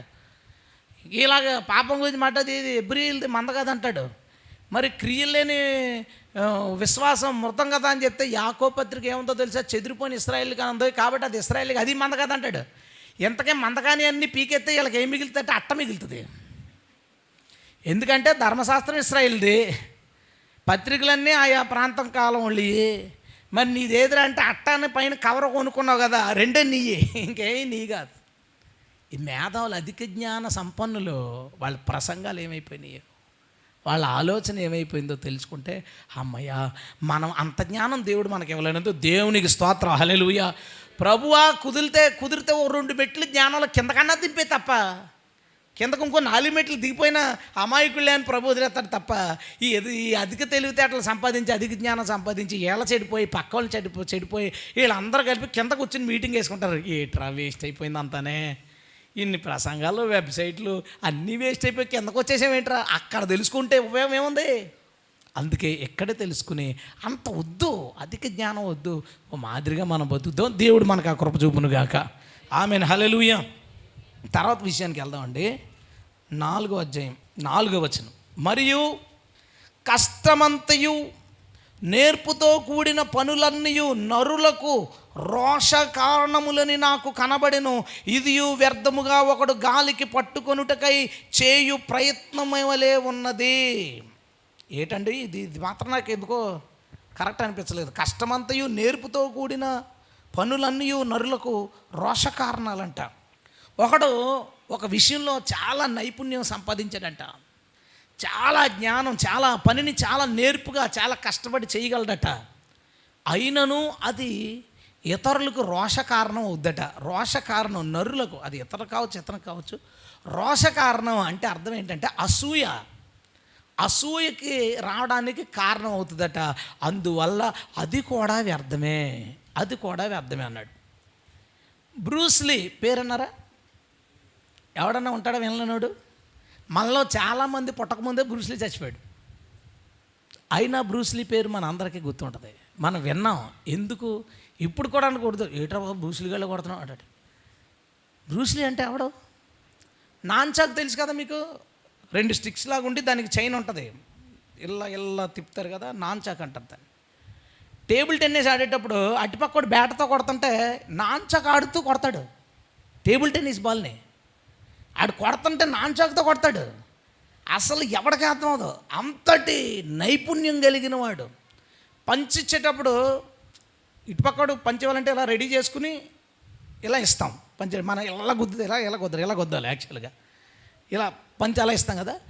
ఇటుపక్కోడు పంచుకు ప్రిపేర్ అయ్యేలోపు 0.02 సెకండ్స్లోనే అంతలోనూ అటుపక్కోడు పంచిచ్చేస్తారు. అటు ప్రిపేర్ అయ్యేసరికి దెబ్బ తగిలేస్తుంది ఇటుపక్కోడికి, అంతటి మేధావి. ఇతన్ని ఇంత మేధావి ఇలాంటి వాడిని చూసి చప్పట్లు కొట్టేవాళ్ళతో పాటు నరులకు అసూయ కలిగి అతనికి క్లోజ్గా ఉన్న పర్సన్ని హైర్ చేసుకుని సైనైడ్ విషప్రయోగంతో అతన్ని చంపేశారు.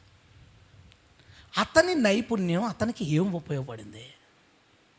అతనితో పాటు అతనికంటే తక్కువగా ఫైట్ చేయగలిగిన చాలామంది కరాటే చేయగలిగిన వాళ్ళు ఇంకా బతుకున్నారు, అతను చచ్చిపోయాడు. ఒకడి అధిక నైపుణ్యం అతనికి ఏం కారణమైంది? రోష కారణమై అతని మరణానికి కారణమైంది. మైకేల్ జాక్సన్ పేరు అన్నారా? అందరూ అన్నారు. ఇక్కడున్న చాలామంది ఇంకా చెడ్డీలు కూడా వేసుకోకముందు మైకేల్ జాక్సన్ చచ్చిపోయాడు. మైకేల్ జాక్సన్ అమెరికాలో కోటీశ్వర్లో టాప్ పొజిషన్కి వెళ్ళిపోయాడు అతి తక్కువ టైంలో. ఒక సామాన్యమైన స్ట్రీట్ డ్యాన్సర్, అంతటి అద్భుతమైన డ్యాన్సరు చిన్న ట్రాప్ చేశారు, ఇరికించారు, జైల్లో పెట్టారు. వాళ్ళ డాక్టర్ని కవర్ చేశారు, ఆమె ఇవ్వకూడని ఇంజక్షన్లు జాగ్రత్తగా ఇచ్చింది, జైల్లోనే చచ్చిపోయాడు. అతనికంటే తక్కువగా డ్యాన్స్ చేసే వాళ్ళు ఇంకా బతుకున్నారు, కానీ మైకేల్ జాక్సన్ చచ్చిపోయాడు. మొన్న ఒక కేసు పట్టుకున్నారండి, భలే ఉంది కేసు అది. మన స్టేట్లో మన ఇండియా అంతట్లో టాప్ హ్యాకర్స్ని 30 మందిని హైర్ చేసుకున్నారు. హ్యాకర్స్ అంటే నీ ఫోన్ హ్యాక్ చేయడం, లింక్ వస్తుంది పట్టుకున్న తర్వాత ఫోన్ రికార్డింగ్ చేసేవాడు, నీ ఫోన్లో రికార్డింగ్ చేసేవాడు, నీ ఫోన్తో ఫోటోలు దిగాడు, ఎక్కడ కూర్చుని నీ ఫోన్ అంతా ఆపరేట్ చేసుకుంటాడు, నీ ఫోన్ స్క్రీన్ వచ్చేది దాడి దగ్గరికి, అలా ఫోన్ వచ్చేస్తుంది, సీసీ కెమెరాలు వచ్చేస్తాయి, అన్నీ హ్యాక్ చేయొచ్చు. అంటే దానికి ఉన్న సాఫ్ట్వేర్. అలాంటి మేధావులు 30 మందిని హైర్ చేసుకున్నాడు, భారతదేశం అంతా టాపర్స్ని. ఈ 30 మంది కలిపి అమెరికాలో ఉన్న పౌరుల అకౌంట్స్ని హ్యాక్ చేశారు, వాళ్ళ డీటెయిల్స్ని హ్యాక్ చేశారు. హ్యాక్ చేసి వాళ్ళకి ఫోన్లు చేసి, ఇదిగో మీరు ఇది కట్టాలి అది కట్టాలి అలాగంటలకి బ్యాంక్ నుంచి కాల్స్ వస్తాయనుకుని డబ్బులు కట్టి కొన్ని కోట్లు మొత్తానికి పట్టుకుంటే, అది మన దేశం వాళ్ళు మన రాష్ట్రంలో ఒక చిన్న ఆఫీస్ పెట్టి 30 మంది కూర్చొని అమెరికన్స్ని హ్యాక్ చేశాడు. చాలా విచిత్రం. ఈ 30 మంది జైల్లో కూర్చొని ఏమనుకుంటారంటే, ఒరే మనకంటే బాగా తక్కువ ఈ విషయంలో నాలెడ్జ్ ఉన్న వాళ్ళు అందరూ బయట పని చేసుకుంటున్నారా, మనమందరూ లోపలికి వచ్చామేంటి అనుకుంటారు. ఫిలిస్తీ సైనికుల్లో ఒకే ఒక్కడు వచ్చాడు ముందుకే, ఆడు తప్ప అందరూ బతుకున్నారు. ఆడు చాలా యుద్ధ నైపుణ్యం కలిగినోడని ఆడిని పంపించారు, ఆడు తప్ప అందరూ బతికే ఉన్నారు, ఆడే చచ్చిపోయాడు. చూడండి విచిత్రం. నువ్వు ఒకటి నేర్చుకునేటప్పుడు అందరికంటే టాప్ అయిపోదామని నేర్చుకోకు, ఆ కళను బాగా నేర్చుకోవాలని నేర్చుకో, ఆ పని నీకు బాగా రావాలని నేర్చుకో. ఓ పాట పాడేటప్పుడు అందరికంటే అద్భుతంగా పాడదామని అనుకున్నావు అనుకో, అయితే ఒకటే, నీకంటే తక్కువ పాడేవాడికి నీ మీద అసూయన వస్తుంది, నీకు దాన్ని ఆధారం చేసుకుని ఏదో విధంగా బ్యాట్ చేయడానికి ప్రయత్నిస్తాడు, లేదా నీకే గర్వం అన్న వస్తుంది, లేదా పక్కోడు నీకులాగా పాడేయడానికి వస్తున్నప్పుడు ఆడి మీద నీకన్నా అసూయ వస్తుంది. ఎందుకంటే అదే రోష కారణం. అదే సాధారణంగా పాడుకుంటా పర్లేదు, నువ్వు నీకున్న విద్యలో నీకున్న తలాంతులో నిపుణత సాధించు, కానీ అందరికంటే టాప్ అయిపోవాలని అనుకోవద్దు, అస్సలు అనుకోవద్దు. ఒక వ్యక్తి ఇన్స్టాగ్రామ్లోనో, ఫేస్బుక్లోనో, యూట్యూబ్లోనో పర్లేదు బాగానే ఫాలోవర్స్ ఉన్నారు కానీ ఎవడ పట్టించుకోడు. ఆయన అందరికంటే నెంబర్ 1 అయిపోదాం అని రకరకాల జిమ్మికులు చేస్తాడు కదా, ఒకరిని తొక్కుతుంటే ఈసారి కామెంట్లు నెగిటివ్గా అడుగు పడతానే ఉంటాయి. కారణం ఏంటి? రోష కారణం, అసూయ కారణం. నేను చెప్పాలనుకున్నది ఏంటంటే దీని నుంచి మనం ఎప్పుడు మనం ఉన్న దానిలో పర్ఫెక్ట్గా సాధ్యమైనంత వరకు దాన్ని పర్ఫెక్ట్గా చేయడానికి ప్రయత్నిద్దాం. అందరికంటే టాపర్ అవ్వాలనే ప్రయత్నం ఉందే అది ఎప్పుడు పెట్టుకోవద్దు. టాపర్ అయిపోయావనుకో అది అయిపోయినాయి, అది యాక్సిడెంటల్గా జరిగింది అయిపోయినాయి. నువ్వు టాపర్ అవ్వాలని ప్రయత్నిస్తే దానికి చాలా తప్పులు చేయాల్సి వస్తుంది, అబద్ధాలు ఆడాల్సి వస్తుంది, ఎదుటి వాళ్ళ దగ్గర వస్తువులు లాక్కోవాల్సి వస్తుంది, ఎన్నో పనులు చేయాల్సి వస్తుంది. అందుకు మనం ఏం చేద్దామంటే మనకున్నంత వరకు మనం తెలుసుకుందాం. నేను ప్రీచ్ చేయాలి, నేను వాక్యం చెప్పడానికి నేను ఈ మెసేజ్ని ఎంత బెస్ట్గా చెప్పగలను, అంతే ఆలోచిస్తాను. నేను ఈ మెసేజ్ని అందరికంటే బాగా చెప్పాలి అని ఆలోచించను. నేను ఎంత చెప్పగలను, నేను నా సంఘానికి ఎంతవరకు చెప్పగలను, అంతే. నాకు అది చాలు. అది నాకు పేరు తెచ్చి పెడుతుందా, లేదంటే ఇది ఆ ఊరికి సరిపోద్ది, అంతకు దూరం తను పెద్ద చోట్లకి వెళ్ళి చెప్పే అంత సీన్ లేదని అనుకుంటాడా, అది నాకు అంత అవసరం లేదు. నా సామర్థ్యం మేరకు నేను ఈ సబ్జెక్ట్ని ఎలా ప్రజెంట్ చేయగలను, దేవుడు నాకు చెప్పిన మాటలు నేను ఎలా చెప్పగలను, నేను అంతే ఆలోచిస్తాను. మీరన్నా సరే ఎప్పుడన్నా వాక్యం చెప్పడానికి అవకాశం వచ్చిందంటే అరక్కోడేద్దాం ముక్కలు చేసేద్దాం నుంచున్నావా తగలడిపోయినట్టే, అది అందులో డౌట్ నేను లేదు. అది ఎందుకు తగలడిపోద్ది అంటే దేవుడు కృప. అక్కడ తగలడకపోతే ఇంకా చాలా దూరం పోతావు నువ్వు. అందుకని దేవుడు అక్కడే నీ కాళ్ళు ఎరగొడేస్తాడు. అలా వద్దు మనకి. వాళ్ళకంటే ముందు వారం వాడు చెప్పాడు కదా, ఆడికంటే మనం బాగా చెప్తాం, వీళ్ళు చెప్పారు కదా వీళ్ళకంటే మనం ఎరగకూడదు, అది వద్దు మనకి. ఎవరినైనా దాటించడానికి ప్రయత్నిస్తే అది అనేక మంది రోషానికి కారణమవుతుంది, అనేక మంది అసూయకు కారణమవుతున్న సంగతి గుర్తుపెట్టుకో. నీ పని ఏంటో నీ పని చేయి, నీ పరుగు పందెంలో ఆగిపోకుండా పరిగెత్తు, అక్కడికి వెళ్ళు. అందుకే బైబిల్ ఎప్పుడు నా ఎదుట ఉంచబడిన పందెం నీ ఎదుట ఉంచబడిన పందెం. సింగిల్ రన్నింగ్ ఇవన్నీ అందరూ ఈ సింగిల్ రన్నింగ్లే. ఎవడకాడు పరిగెత్తుకెళ్ళి దాని దగ్గర చేరుకోవాలి, ఆయాసపడి కింద పడిపోకూడదాడు. అండ్ ఆ దారిలో వెళ్ళిపోకుండా పక్క దారిలో పోకూడదు పరిగెత్తడానికి. రన్నింగ్ రేస్ అంటే జనరల్గా 10 మంది పరిగెడతారు, అందులో ఎవడు నెంబర్ 1. మన బైబిల్లో మనకు పెట్టిన రన్నింగ్ రేస్ అంటే తెలుసా? సింగిల్. ఎవడకారు పరిగెత్తమే, ఆగిపోకూడదు, దారి తప్పిపోకూడదు. ఆడు చచ్చిపోయేలోపు దేవుడు ఏవైతే ఎప్పుడు అవన్నీ కాపాడుకుని గురి యొద్దకు చేరాలి. దేవునికి స్తోత్రం, హల్లెలూయా. మనం వాళ్ళని దాటేయాలని అనుకున్నదే ప్రమాదం. అలా ఎంతోమంది చచ్చిపోయారు, ఎంతోమంది కనబడకుండా పోయారు, ఎంతోమంది బలహీనపడిపోయారు, నిరుత్సాహపడిపోయారు, వారి ప్రయత్నాలు ఆగిపోయారు. ఈ తబలా నేర్చుకున్న వాళ్ళు, కీబోర్డ్ నేర్చుకున్న వాళ్ళు, మీరందరూ వీళ్ళని దాటేయాలి, అది వద్దు మనకి. దీన్ని మనం ఎంత బెస్ట్ ఇవ్వగలం, నేను దీంట్లో ఎంత నేర్చుకోగలను, నేను దీంట్లో ఏం చేయగలను, అది మనకు చాలు. దాన్ని దేవుడు ఎంత దూరం తీసుకెళ్తే అంత దూరం తీసుకెళ్తాడు. దేవుని స్తోత్రం, హల్లెలూయా. ఇంకొక 2 విషయాలు ఉన్నాయి, నేను చెప్తానండి. 5వ అధ్యాయం 10వ వచనం. ద్రవ్యమును అపేక్షించువాడు ద్రవ్యము చేత తృప్తి నొందడు, ధనవృద్ధిని అపేక్షించువాడు దాని చేత తృప్తి నొందడు, ఇదియో వ్యర్థమే. డబ్బును అపేక్షించేవాడట డబ్బు వలన తృప్తి రాదట. ఇదేం విచిత్రమో, ఎంతో విచిత్రం. ఇప్పుడు బిర్యానీ తినాలని ఆశపడినోడికి కడుపు నిండా బిర్యానీ పెడితే సంతృప్తి వచ్చేద్ది, చాలురా బాబు. డబ్బు అలా కాదట. డబ్బును కోరుకున్నవాడు ఎంత డబ్బు వచ్చినా సరే ఆడికి సాటిస్ఫాక్షన్ ఉండదట. ధనాపేక్షకి వెళ్ళినవాడు. నేను క్వశ్చన్ అడుగుతాను, ఎవరు ఆన్సర్ చేయొద్దు, మీరే ఆన్సర్ చేసుకోండి. మనలో ఎంతమందికి ధనాపేక్ష ఉంది? డబ్బులు సంపాదించాలని కోరిక కాదు, ఎక్కువ డబ్బులు కావాలి. ఇప్పుడు మనం బతకడానికి సంపాదించుకుంటాం. ధనార్జన వేరు, ధనాపేక్ష వేరు. ధనార్జన అందరూ చేయాలి, ఎందుకంటే బైబిల్లో చెప్తుంది చేతులతో కష్టపడి సంపాదించుకోండి. ధనాపేక్ష అంటే ఇంకా ఏదో కావాలి, ఎక్కువ కావాలి, ఇంకా కావాలి, అదేంటి ఇంకా రాదా, ఇంకా కావాలి. ధనాపేక్ష ఉందో లేదో చిన్న టెస్టులు మీకు చెప్తాను. మీ ఆయన పనిలోకి వెళ్తే ఓ 700 వస్తాయి, 800 వస్తాయి. ఆ రోజు మీ చుట్టాలదేదో వాళ్ళ చుట్టాల వైపు ఏదో పని ఉంది, అర్జెంట్ పని, హెల్ప్ చేయడానికి వెళ్దాం అనుకుంటున్నాడు. నువ్వేం లెక్కేస్తావంటే 700 పోద్ది, వెళ్తే 700 పోద్ది అని కనుక అనుకుని పనిలోకి వెళ్ళొచ్చు కదా, ఎందుకు ఎవరొకరు హెల్ప్ చేస్తారులే అన్నావు అనుకో, నీకేమన్నట్టు? గట్టి చెప్పండి, ధనాపేక్ష. అయితే మీ ఇంట్లో పని అయితే వాళ్ళ సెలవులు పెట్టి రావాలి. చూడండి, మీ తమ్ముడు రాలేదు, మీ చిన్నాన్న రాలేదు, మీ మామయ్య రాలేదు, మన భర్త మాత్రం వెళ్ళకూడదు. ఎందుకు 700 పోద్ది, 800 పోద్ది. చూసావా, ధనాపేక్ష ఉంది. తండ్రి మన డాడీ మన దగ్గరికి వచ్చి, ఒరే ఊళ్ళో వాళ్ళు అలాగే రా బాబు, ఆస్తుల గురించి అనుకుంటున్నారు, చచ్చిపోయిన తర్వాత అలాగే ఉంటుంది, బతుకుండగానే సెటిల్ చేసేయాలి ఆస్తులు అన్నాడు అనుకో. మనం ఏమంటామంటే, ఎందుకు నాన్న అడిగామా, నిన్ను డబ్బుల గురించి అడిగామా, ఇప్పుడు ఎందుకు ఆస్తులు గొడవ, నువ్వు ప్రశాంతంగా ఉండు, ఇప్పుడు చావు గొడవ ఎందుకు అంటాం. లేదురా ఇచ్చేస్తాను అంటాడు.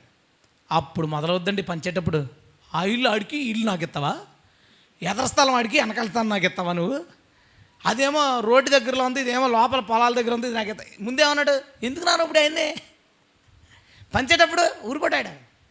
ఎందుకు? అపేక్ష లోపల ఉంటుంది. చేసే కొద్దీ వస్తున్నాయా డబ్బులు వచ్చే కొద్దీ డబ్బు వేసి పెరిగిపోద్ది. అదొక డబ్బుకున్న స్పెషల్. అది డబ్బుకున్న స్పెషల్ ఏంటంటే, ఆస్తి డబ్బు వచ్చే కొద్దీ ఇంకా ఇంకా ఇంకా ఇంకా దేవుడు పెట్టినవి ఉన్నాడే, దేవుడు పెట్టినవి ఫుడ్ దేవుడు తినమన్నాడు, బట్టలు దేవుడు వేసుకోమన్నాడు, సాటిస్ఫాక్షన్ వచ్చేది. ఇప్పుడు మేము ఉన్నాం, బీరోలో 10 చొక్కాలు ఉన్నాయనుకో, ఎవరన్నా షర్ట్ కొంటే షర్ట్ వద్దు, షర్ట్లు ఉన్నాయంటాం. సాటిస్ఫై అవ్వడానికి అవకాశం ఉంటుంది. ఇక సంతృప్తి లేని వాళ్ళకి ఇంక ఏదైనా సంతృప్తి లేదు, ఎన్నున్నా సంతృప్తి. ఇంకా ఇంకా ఇంకా ఉన్న రంగే, పువ్వు తేడా ఉంటే వేసేసు, ఆకు తేడా ఉందా, రంగు ఉంది కదా, రంగు ఉన్న ఆకు ఉందంటే దాని మీద ఉంటుంది. నో సాటిస్ఫాక్షన్ లేదు. ఎంత ప్రయత్నం చేయి. ఓ మాట మీకు చెప్తే, సంతృప్తి బయట రాదు, సంతృప్తి మన దగ్గరే ఉంటుంది. హల్లెలూయా. మనం చాలనుకుంటే అది మనకు సంతోషం. దేవుని స్తోత్రం. పరుగులు, ప్రయాసలు, ఆవేశాలు, సాటిస్ఫాక్షన్ ఉండదు. ఎంత వచ్చినా ఉండదు, ఎంత సంపాదించినా ఉండదు. ఈ రోజుకి నాకు ఇది చాలు, ఇది వచ్చింది అని అనుకున్నావా, ఎక్స్ట్రా వచ్చినా మనం దాన్ని పట్టించుకోం. ఇది క్రైస్తవులందరికీ కావాల్సింది. చాలామంది పాస్టర్లు ధనాపేక్షలోకి వెళ్ళిపోయి విశ్వాస భ్రష్టులు అవుతారు. బైబిల్లో చెప్పింది. అనేక మంది విశ్వాసం విడిచి ధనాన్ని వెనకాల వెళ్ళి విశ్వాస భ్రష్టులు అయిపోయారు. తిమోతి అని చెప్తాడు పౌలు, ఇలా అయిపోయారు జనాలు, నువ్వైతే అలా ఉండొద్దని చెప్తాడు. చాలామంది సేవకులు, చాలామంది విశ్వాసులు దేవుడు దీవించిన తర్వాత ఇంకా సంపాదనలో పడిపోయి ఇంకా వ్యాపారాలు చేసి అది చేసి ఇది చేసి ఆ వచ్చే డబ్బు సరిపోక వాళ్ళకి ఎంత వచ్చినా సరిపోదు. విచిత్రం, దారుణం. అయితే దేవుడు మనతో మాట్లాడుతున్నాడు, తృప్తిపడు, చాలు అనుకో. గట్టిగా స్తోత్రం చెప్దాం. ఏ విషయంలో? డబ్బు, ఆస్తి, ఏ విషయంలో చాలు అనుకో. పంచినప్పుడు అలా పంచారా, కొంచెం అటు ఇటు పంచారా, చాలు అని అనుకో. మీ నాన్న ఏమీ సంపాదించకపోతే ఏం చేద్దు? ఏమీ లేదు కదా. ఒకసారి ఒక బ్రదర్ అదే ఇలాగండి, ఇంట్లో గొడవలు అవుతున్నాయి, నాకు అన్యాయం జరిగేలా కనబడుతుందండి, పెద్ద అన్నయ్య అంటే ఇష్టమండి, ఇలా చేసేస్తారేమో అని చాలా బాధేసేస్తుందండి, నాకు చాలా కంగారు వచ్చేస్తుందండి, నాకు నిద్ర పట్టట్లేదంటే నేను అన్నాను, మీ నాన్న సంపాదించలేదంటే ఏం చేద్దరు అన్నాను. అంతే. సంపాదించలేదు మీ నాన్న, ఏం చేస్తావు? ఏమీ లేదు కదా. ఇక సంపాదించడం ఎంతో కొంత వస్తుంది కదా, ఎందుకండి మనకి ఇంత కంగారు? అదే అన్నాను, ధనాపేక్ష అంత ప్రమాదకరమైంది, అంత భయంకరమైంది. దాన్ని జయించకపోతే మనం చాలా తప్పులు చేయాల్సి వస్తుంది. దేవుడు వాటి యందు మనకి గొప్ప విజయం ఎల్లప్పుడూ దయచేయునుగాక. ఆమేన్. హల్లెలూయా. సరే, తర్వాత విషయానికి వెళ్ళిపోదాం. ఆఖరిది 8వ అధ్యాయం 10వ వచనం.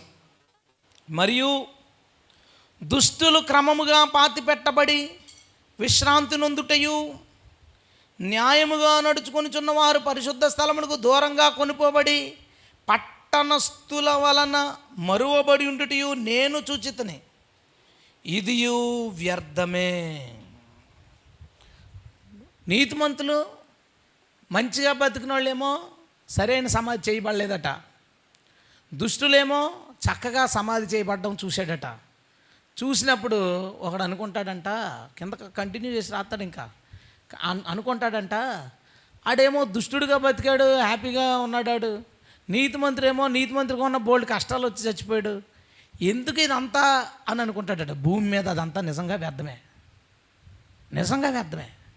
కానీ పరలోకాన్ని, పాతాలన్నీ దృష్టిలో పెట్టుకుంటే ఒక నీతిమంతుడు మరువబడిన నష్టం కాదు. దేవుని స్తోత్రం. నీతిమంతుడు మరవబడితే నష్టమే ఉంది దాంట్లో? ఏం లేదు. మనం ఎప్పుడు పౌలు కోసం మాట్లాడుకుంటాం, పేతురు కోసం మాట్లాడుకుంటాం, యోహాను కోసం మాట్లాడుకుంటాం, బర్నబా గురించి, ఫిలిప్ గురించి. సంవత్సరానికి ఒకసారి రిఫరెన్స్ చదువుతుంటే అనుకోకుండా పేరు తగిలితే తగలాలి తప్ప వాళ్ళని మనం పట్టించుకోం. వాళ్ళకి వచ్చే నష్టం ఏంటి? హ్యాపీగా ఉన్నారు వాళ్ళు ఆల్రెడీ. హల్లెలూయా. జనాలు నాకు మంచి సమాధి కావాలా, నాకు స్తూపం కావాలి, విగ్రహాలు పెట్టేస్తుంటారు. ఇంకా పొలిటీషియన్ ఎక్కడ పడితే అక్కడ విగ్రహాలు. ఏంటి ప్రయోజనం? సూర్యుని కింద పాపులారిటీ ఉంది, కిందకు పోతే ఉపయోగం లేదు, పైకి పోతే ఆ బొమ్మల వల్ల ఏం ఉపయోగం లేదు. ఒకటి గుర్తుపెట్టుకో, నీ చావును బట్టి, నీ చావు విధానాన్ని బట్టి ఏముండదు. నువ్వు మంచిగా చచ్చిపోయావా, చెడ్డగా చచ్చిపోయావా, రోగంతో చచ్చిపోయావా, ఎవరన్నా చంపేశారా, లేదంటే ఏదో ఇబ్బందులు పడి చచ్చిపోయి ఎలా చచ్చిపోయినా నువ్వు నీతిగా ఉన్నావా, పరలోకం పోతావు. హల్లెలూయా. దుష్టుడు ఆడు ఎంత అద్భుతంగా చచ్చిపోయాడు, శుభ్రంగా తిని పెరుగన్నం తిని పడుకున్నాడు, నిద్రలో చచ్చిపోయాడు. మంచి శబాషైన సావు వచ్చిందిరా. చావు వస్తే అలాంటి చావు రావాలా? చావు వస్తే అలాంటి చావు వచ్చింది. ఎక్కడున్నాడు ఇప్పుడు? అది చెప్పు. అదే అన్నాను. నువ్వు ఓన్లీ సూర్యుని కింద భూమి యొక్క సర్ఫేస్ మీద, భూమి ఉపరితలం మీద జరుగుతున్న పరిస్థితుల్ని ఇంతే మనిషి జీవితం అని అనుకున్నావా? మంచి ఒకటే, చెడ్డు ఒకటే. అక్కడ మంచి ఒకటే, చెడు ఒకటే, మృగం ఒకటే, మనిషి ఒకటే. ఎలా బతికినా అనవసరం అనిపిస్తుంది. కానీ సూర్యుని పైన, సూర్యుని కాంతి తగలని పాతాళం, ఈ రెండింటిని దృష్టిలో పెట్టుకుంటే భూమి మీద ఉండగానే మనం ఇది చెప్తాం, ఇది వ్యర్థమే. మనం మంచిగా పాతి పెట్టబడినా ఒకటే, మంచిగా పాతి పెట్టబడకపోయినా ఒకటే, ఇది వేస్ట్. కానీ జనాలకి ఏంటో తెలుసా? అతని సమాధి. నేను నెట్లో సెర్చ్ చేశాను, అపోస్తలుడైన పేతురు సమాధి ఎక్కడుందని సెర్చ్ చేశాం.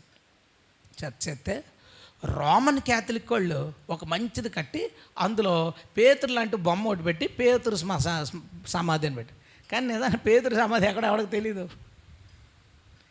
ఎవరికే. వీళ్ళు ఏం చేశారంటే భక్తులందరికీ అరల కింద పెట్టాడు. ఈ వెనకాలకి వెళ్తే వాళ్ళ సమాధి, వెనకాలకి వెళ్తే వీళ్ళందరినీ ఒక చోట పెట్టారా? ఎవరు కాదు, పెట్టి బొమ్మలు పెట్టి ఇది వీళ్ళ సమాధి అంటే పేతురు సమాధి. నిజాన్ని పేతురు సమాధి ఏంటి? పౌలు సమాధి ఏమైంది? వీళ్ళందరూ ఏమైపోయారు? వీళ్ళ విషయం పక్కన పెట్టు. అన్నయ్య సమాధి ఎక్కడుంది? పౌలుకి బాప్తిసం. అన్నయ్య అని శిష్యుడు ఉన్నాడు కదా, పౌలుకి బాప్తిసం ఎక్కడున్నాడు? అకుల, ప్రిస్కిల్లా వీళ్ళు, ఇంకా చాలామంది పరిచర్యలో సహాయం చేశారు, ద ఫీబే, వీళ్ళందరూ సమాధులు.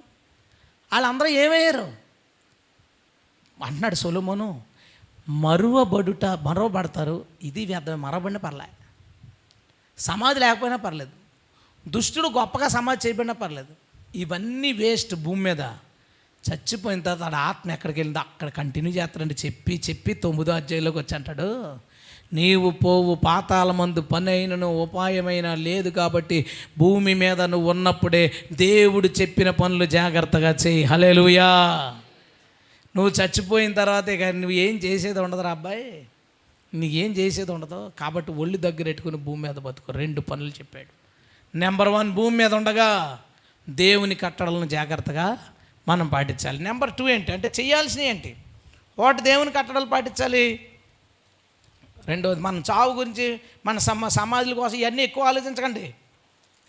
మొన్న ఒక ఆయన కలిస్తే ఆయన చెప్పారు, ఆ నాన్నగారు ఎట్లా, ఇదిగో ఈ ప్లేస్ నాదే, నేను చచ్చిపోయిన తర్వాత ఇక్కడే నన్ను పాతిపెట్టి ఇక్కడ నా కోసం కట్టని ఆయనే డబ్బులన్నీ సెట్ చేసుకుని ఇన్ని లక్షలు ఇచ్చి ఇలాగ అద్భుతంగా దీన్ని కట్టంటే మా నాన్నగారి కోసం కట్టాను అన్నాడు.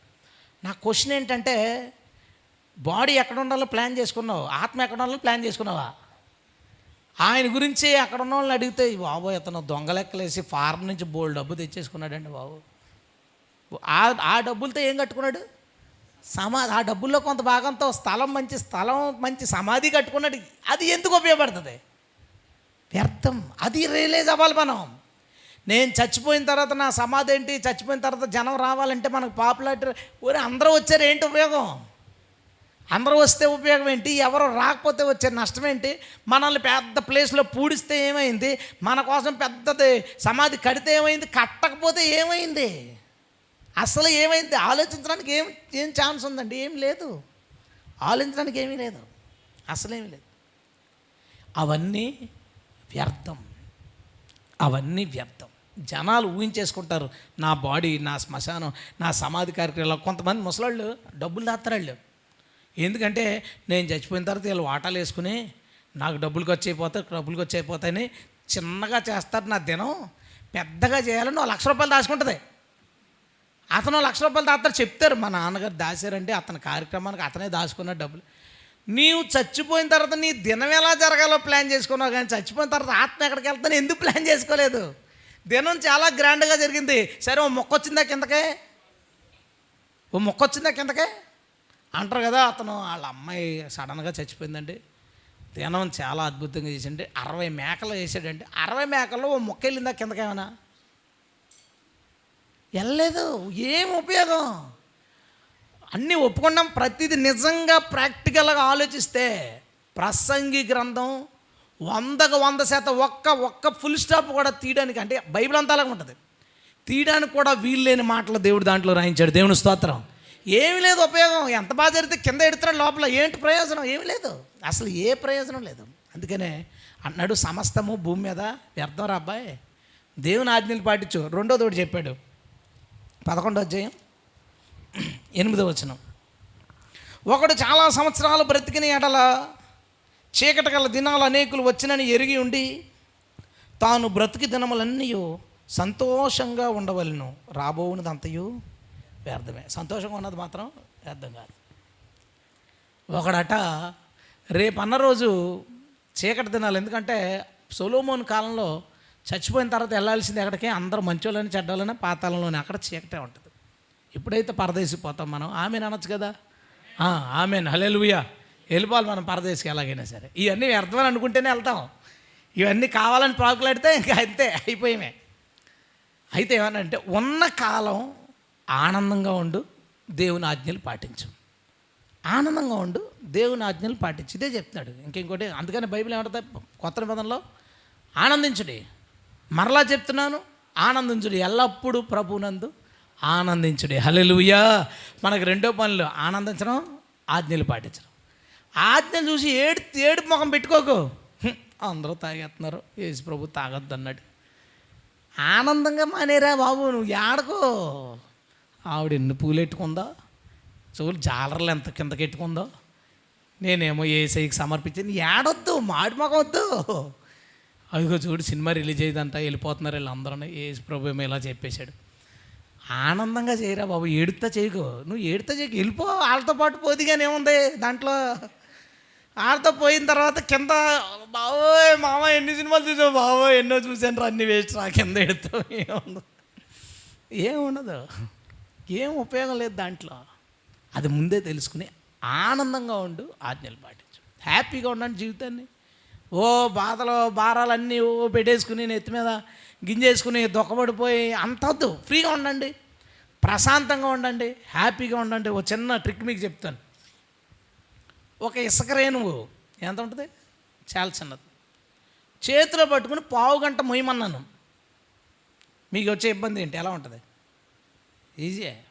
అరగంట మోయాలంటే ఈజీ. అదే ఇసుక రేణువు కంట్లో పెట్టుకుని మోయండి 10 నిమిషాలు.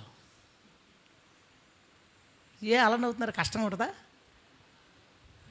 నీ బాడీలో పార్టే కన్ను చెయ్యా. ఇసుక రేణువు ఏం బరువు పెరగలేదు. చేతిలో ఉంటే ఇబ్బంది లేదు, కంట్లో ఎందుకుంటే ఎందుకు ఇబ్బంది అయింది? మనం ఒక సమస్యని చూసే విధానం దగ్గర అది మన మీద ఏ ప్రభావం చూపిస్తూ మారిపోతుంది. ఒక విషయాన్ని సింపుల్గా తీసుకున్నాం అనుకోండి, సింపుల్ చేతులు పెట్టుకున్నాం, ఈజీగా మొయ్యొచ్చు ఆ సమస్యని. దాన్ని పెద్దగా తీసుకున్నాం అనుకోండి, కంట్లో నలిసి పడితే ఎంత ఇబ్బంది ఉంటుందో అంత నలిగిపోతాం. అందుకే సమస్యని సాధ్యమైనంత సులువుగా చూడండి, సాధ్యమైనంత సులువుగా. జనాలు ఎలా ఉంటారో తెలుసా? ఎవడో తెలియనోడు రోడ్డు మీద కనబడి ఎదురుపడి, బుద్ధి జ్ఞానం లేదా, బండి ఎక్కడ పెడతావు, అట్టుట్టని తిడితే వీడు బాధ వేస్తుంది లోపల. ఇంకా బాధ వేసి అసలు నేను ఎవరో తెలిసాడికి, ఎవడో తెలియకుండా తిడేస్తారా, ఎవరిదైనా తిట్లు తినాల్సి వచ్చింది, ముక్కు మొఖం తెలియనడితే తెగ ఫీల్ అయిపోతాడు. అయిపోయింది. రేపు చుట్టాలోడు తిట్టాడు, తిడితే దగ్గరోళ్ళు తిడితే చాలా బాధగా ఉంటుంది. నీకు దూరం వాడు తిట్టినా బాధే, దగ్గరోడు తిట్టినా బాధే. అంటే ఏదైనా నువ్వు ఎక్కడ పెట్టుకుంటున్నావు? కంట్లో పెట్టుకుంటున్నావు. That is your problem. అది నీ సమస్య. నువ్వు దాన్ని చేతిలో పెట్టుకో, ఇసుకరని నీ లైట్ తీసుకో, వదిలేస్తా, పోతుంది, గాలికి ఎగిరిపోతుంది అది. మనం సమస్యను చూసే విధానం బట్టి. అందుకనే నేను సలహా ఇస్తాను, మీ పర్సనల్ మీ హార్ట్లోకి ఎక్కువ మందిని రానివ్వద్దు. ఎక్కువ మంది మీ మనసులో ఉంటే ఎక్కువ ఇసుకరేణులు పడేస్తారు, సెన్సిటివ్ ప్లేస్లో ఇబ్బంది పడతాం. ఇప్పుడు క్లోజ్ టు హార్ట్, బాగా హార్ట్కి దగ్గరికి ఒకరో ఇద్దరు ఎలాగో ఉంటారు. ఎప్పుడో ఒక చిన్న చిన్న ఇసుకరేణులు పడతాయి, పర్లేదు, చూడొచ్చు, వదిలేచ్చు.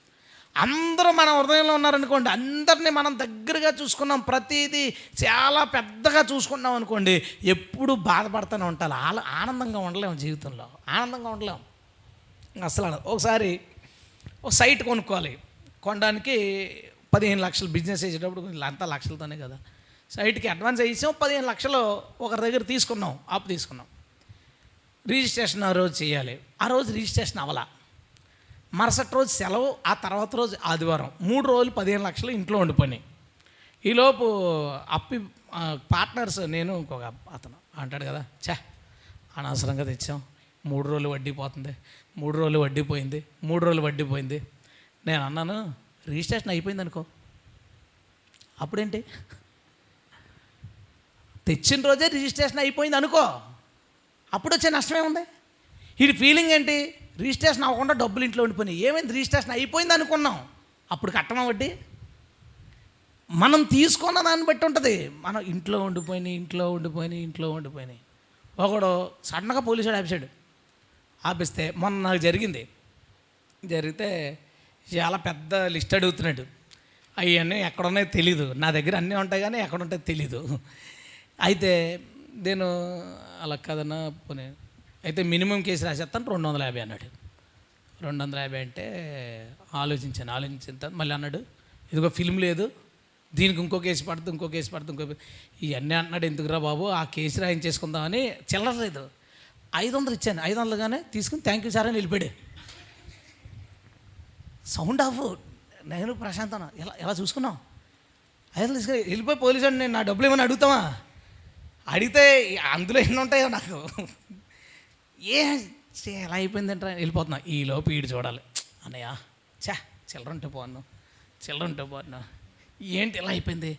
అలాగో 10 నిమిషాలు నేను పడి 10 నిమిషాలు అని బాధపడిచ్చి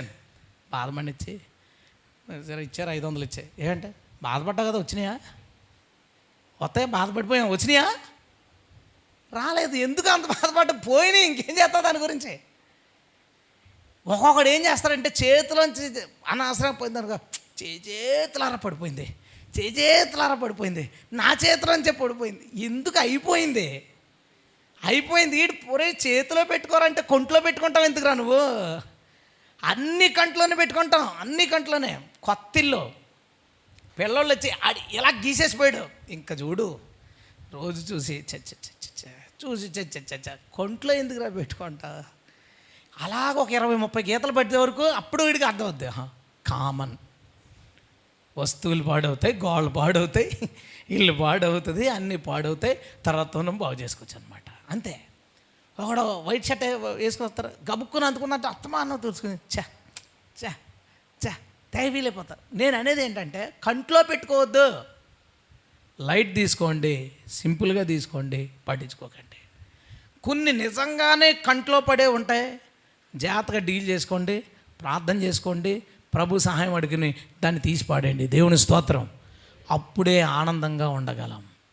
ఒకరు మాట అనేసి పోతాడు, 6 నెలలు మోస్తాడు ఒకడు. ఏరా అలా అయిపోతాడు. మేము అంతే అండి, మేము మాట పడవండి. నీ కర్మ అది, నీ కర్మ. మాట పడవంటే అర్థం ఏంటి? ఎవడేమన్నా సరే కంట్లో పడిపోతాడు, కొంటిండా ఇసుకలే, ఇంకేం నిద్ర పడతాడికి, ఏం మనశ్శాంతి ఉంటుంది. లైట్ తీసుకో, అన్నీ వద్దు, అన్నీ తీసుకో. దేవుడు మనతో చెప్తున్నాడు 2 విషయాలు, ఆనందంగా ఉండు, 2వది ఆజ్ఞలు పాటించు. మిగతావన్నీ గట్టి చెప్పాలి, ఆడవాళ్ళు చెప్పట్లేదు. మీకు ఇంకా ఉండిపోయిందా మనసు? ఆకుల మీద, పువ్వుల మీద, రంగుల మీద, డబ్బుల మీద. ఈ లోకంలో దేవుని మాటకు దూరమైంది, వ్యతిరేకమైంది ఏదైనా సరే వ్యర్థం. వాటి గురించి పడిన ప్రయాస, ప్రాకులాట్లో ఆయాసం, దుఃఖం, వేదన, అశాంతి, మానసిక క్షోభ తప్ప ఏమీ రాదు. దాని నుంచి పోయిందా దాన్ని పట్టించుకోకు, రావాలనుకున్నదా దాని గురించి ప్రాకులాడిపోకు. నీ దగ్గర ఉన్నదాన్ని తీసుకో, దాంతో సంతోషంగా ఉండు. హల్లెలూయా. చెప్పింది అర్థమైందా? పోయిందా ఆలోచించక, దాని గురించి వస్తుందా దాని గురించి ఆరాటపడిపోకు. నీ దగ్గర ఉందా దానిని బట్టి సంతోషంగా ఉండు. దేవుడు నీకు సహాయం చేస్తాడు. హల్లెలూయా.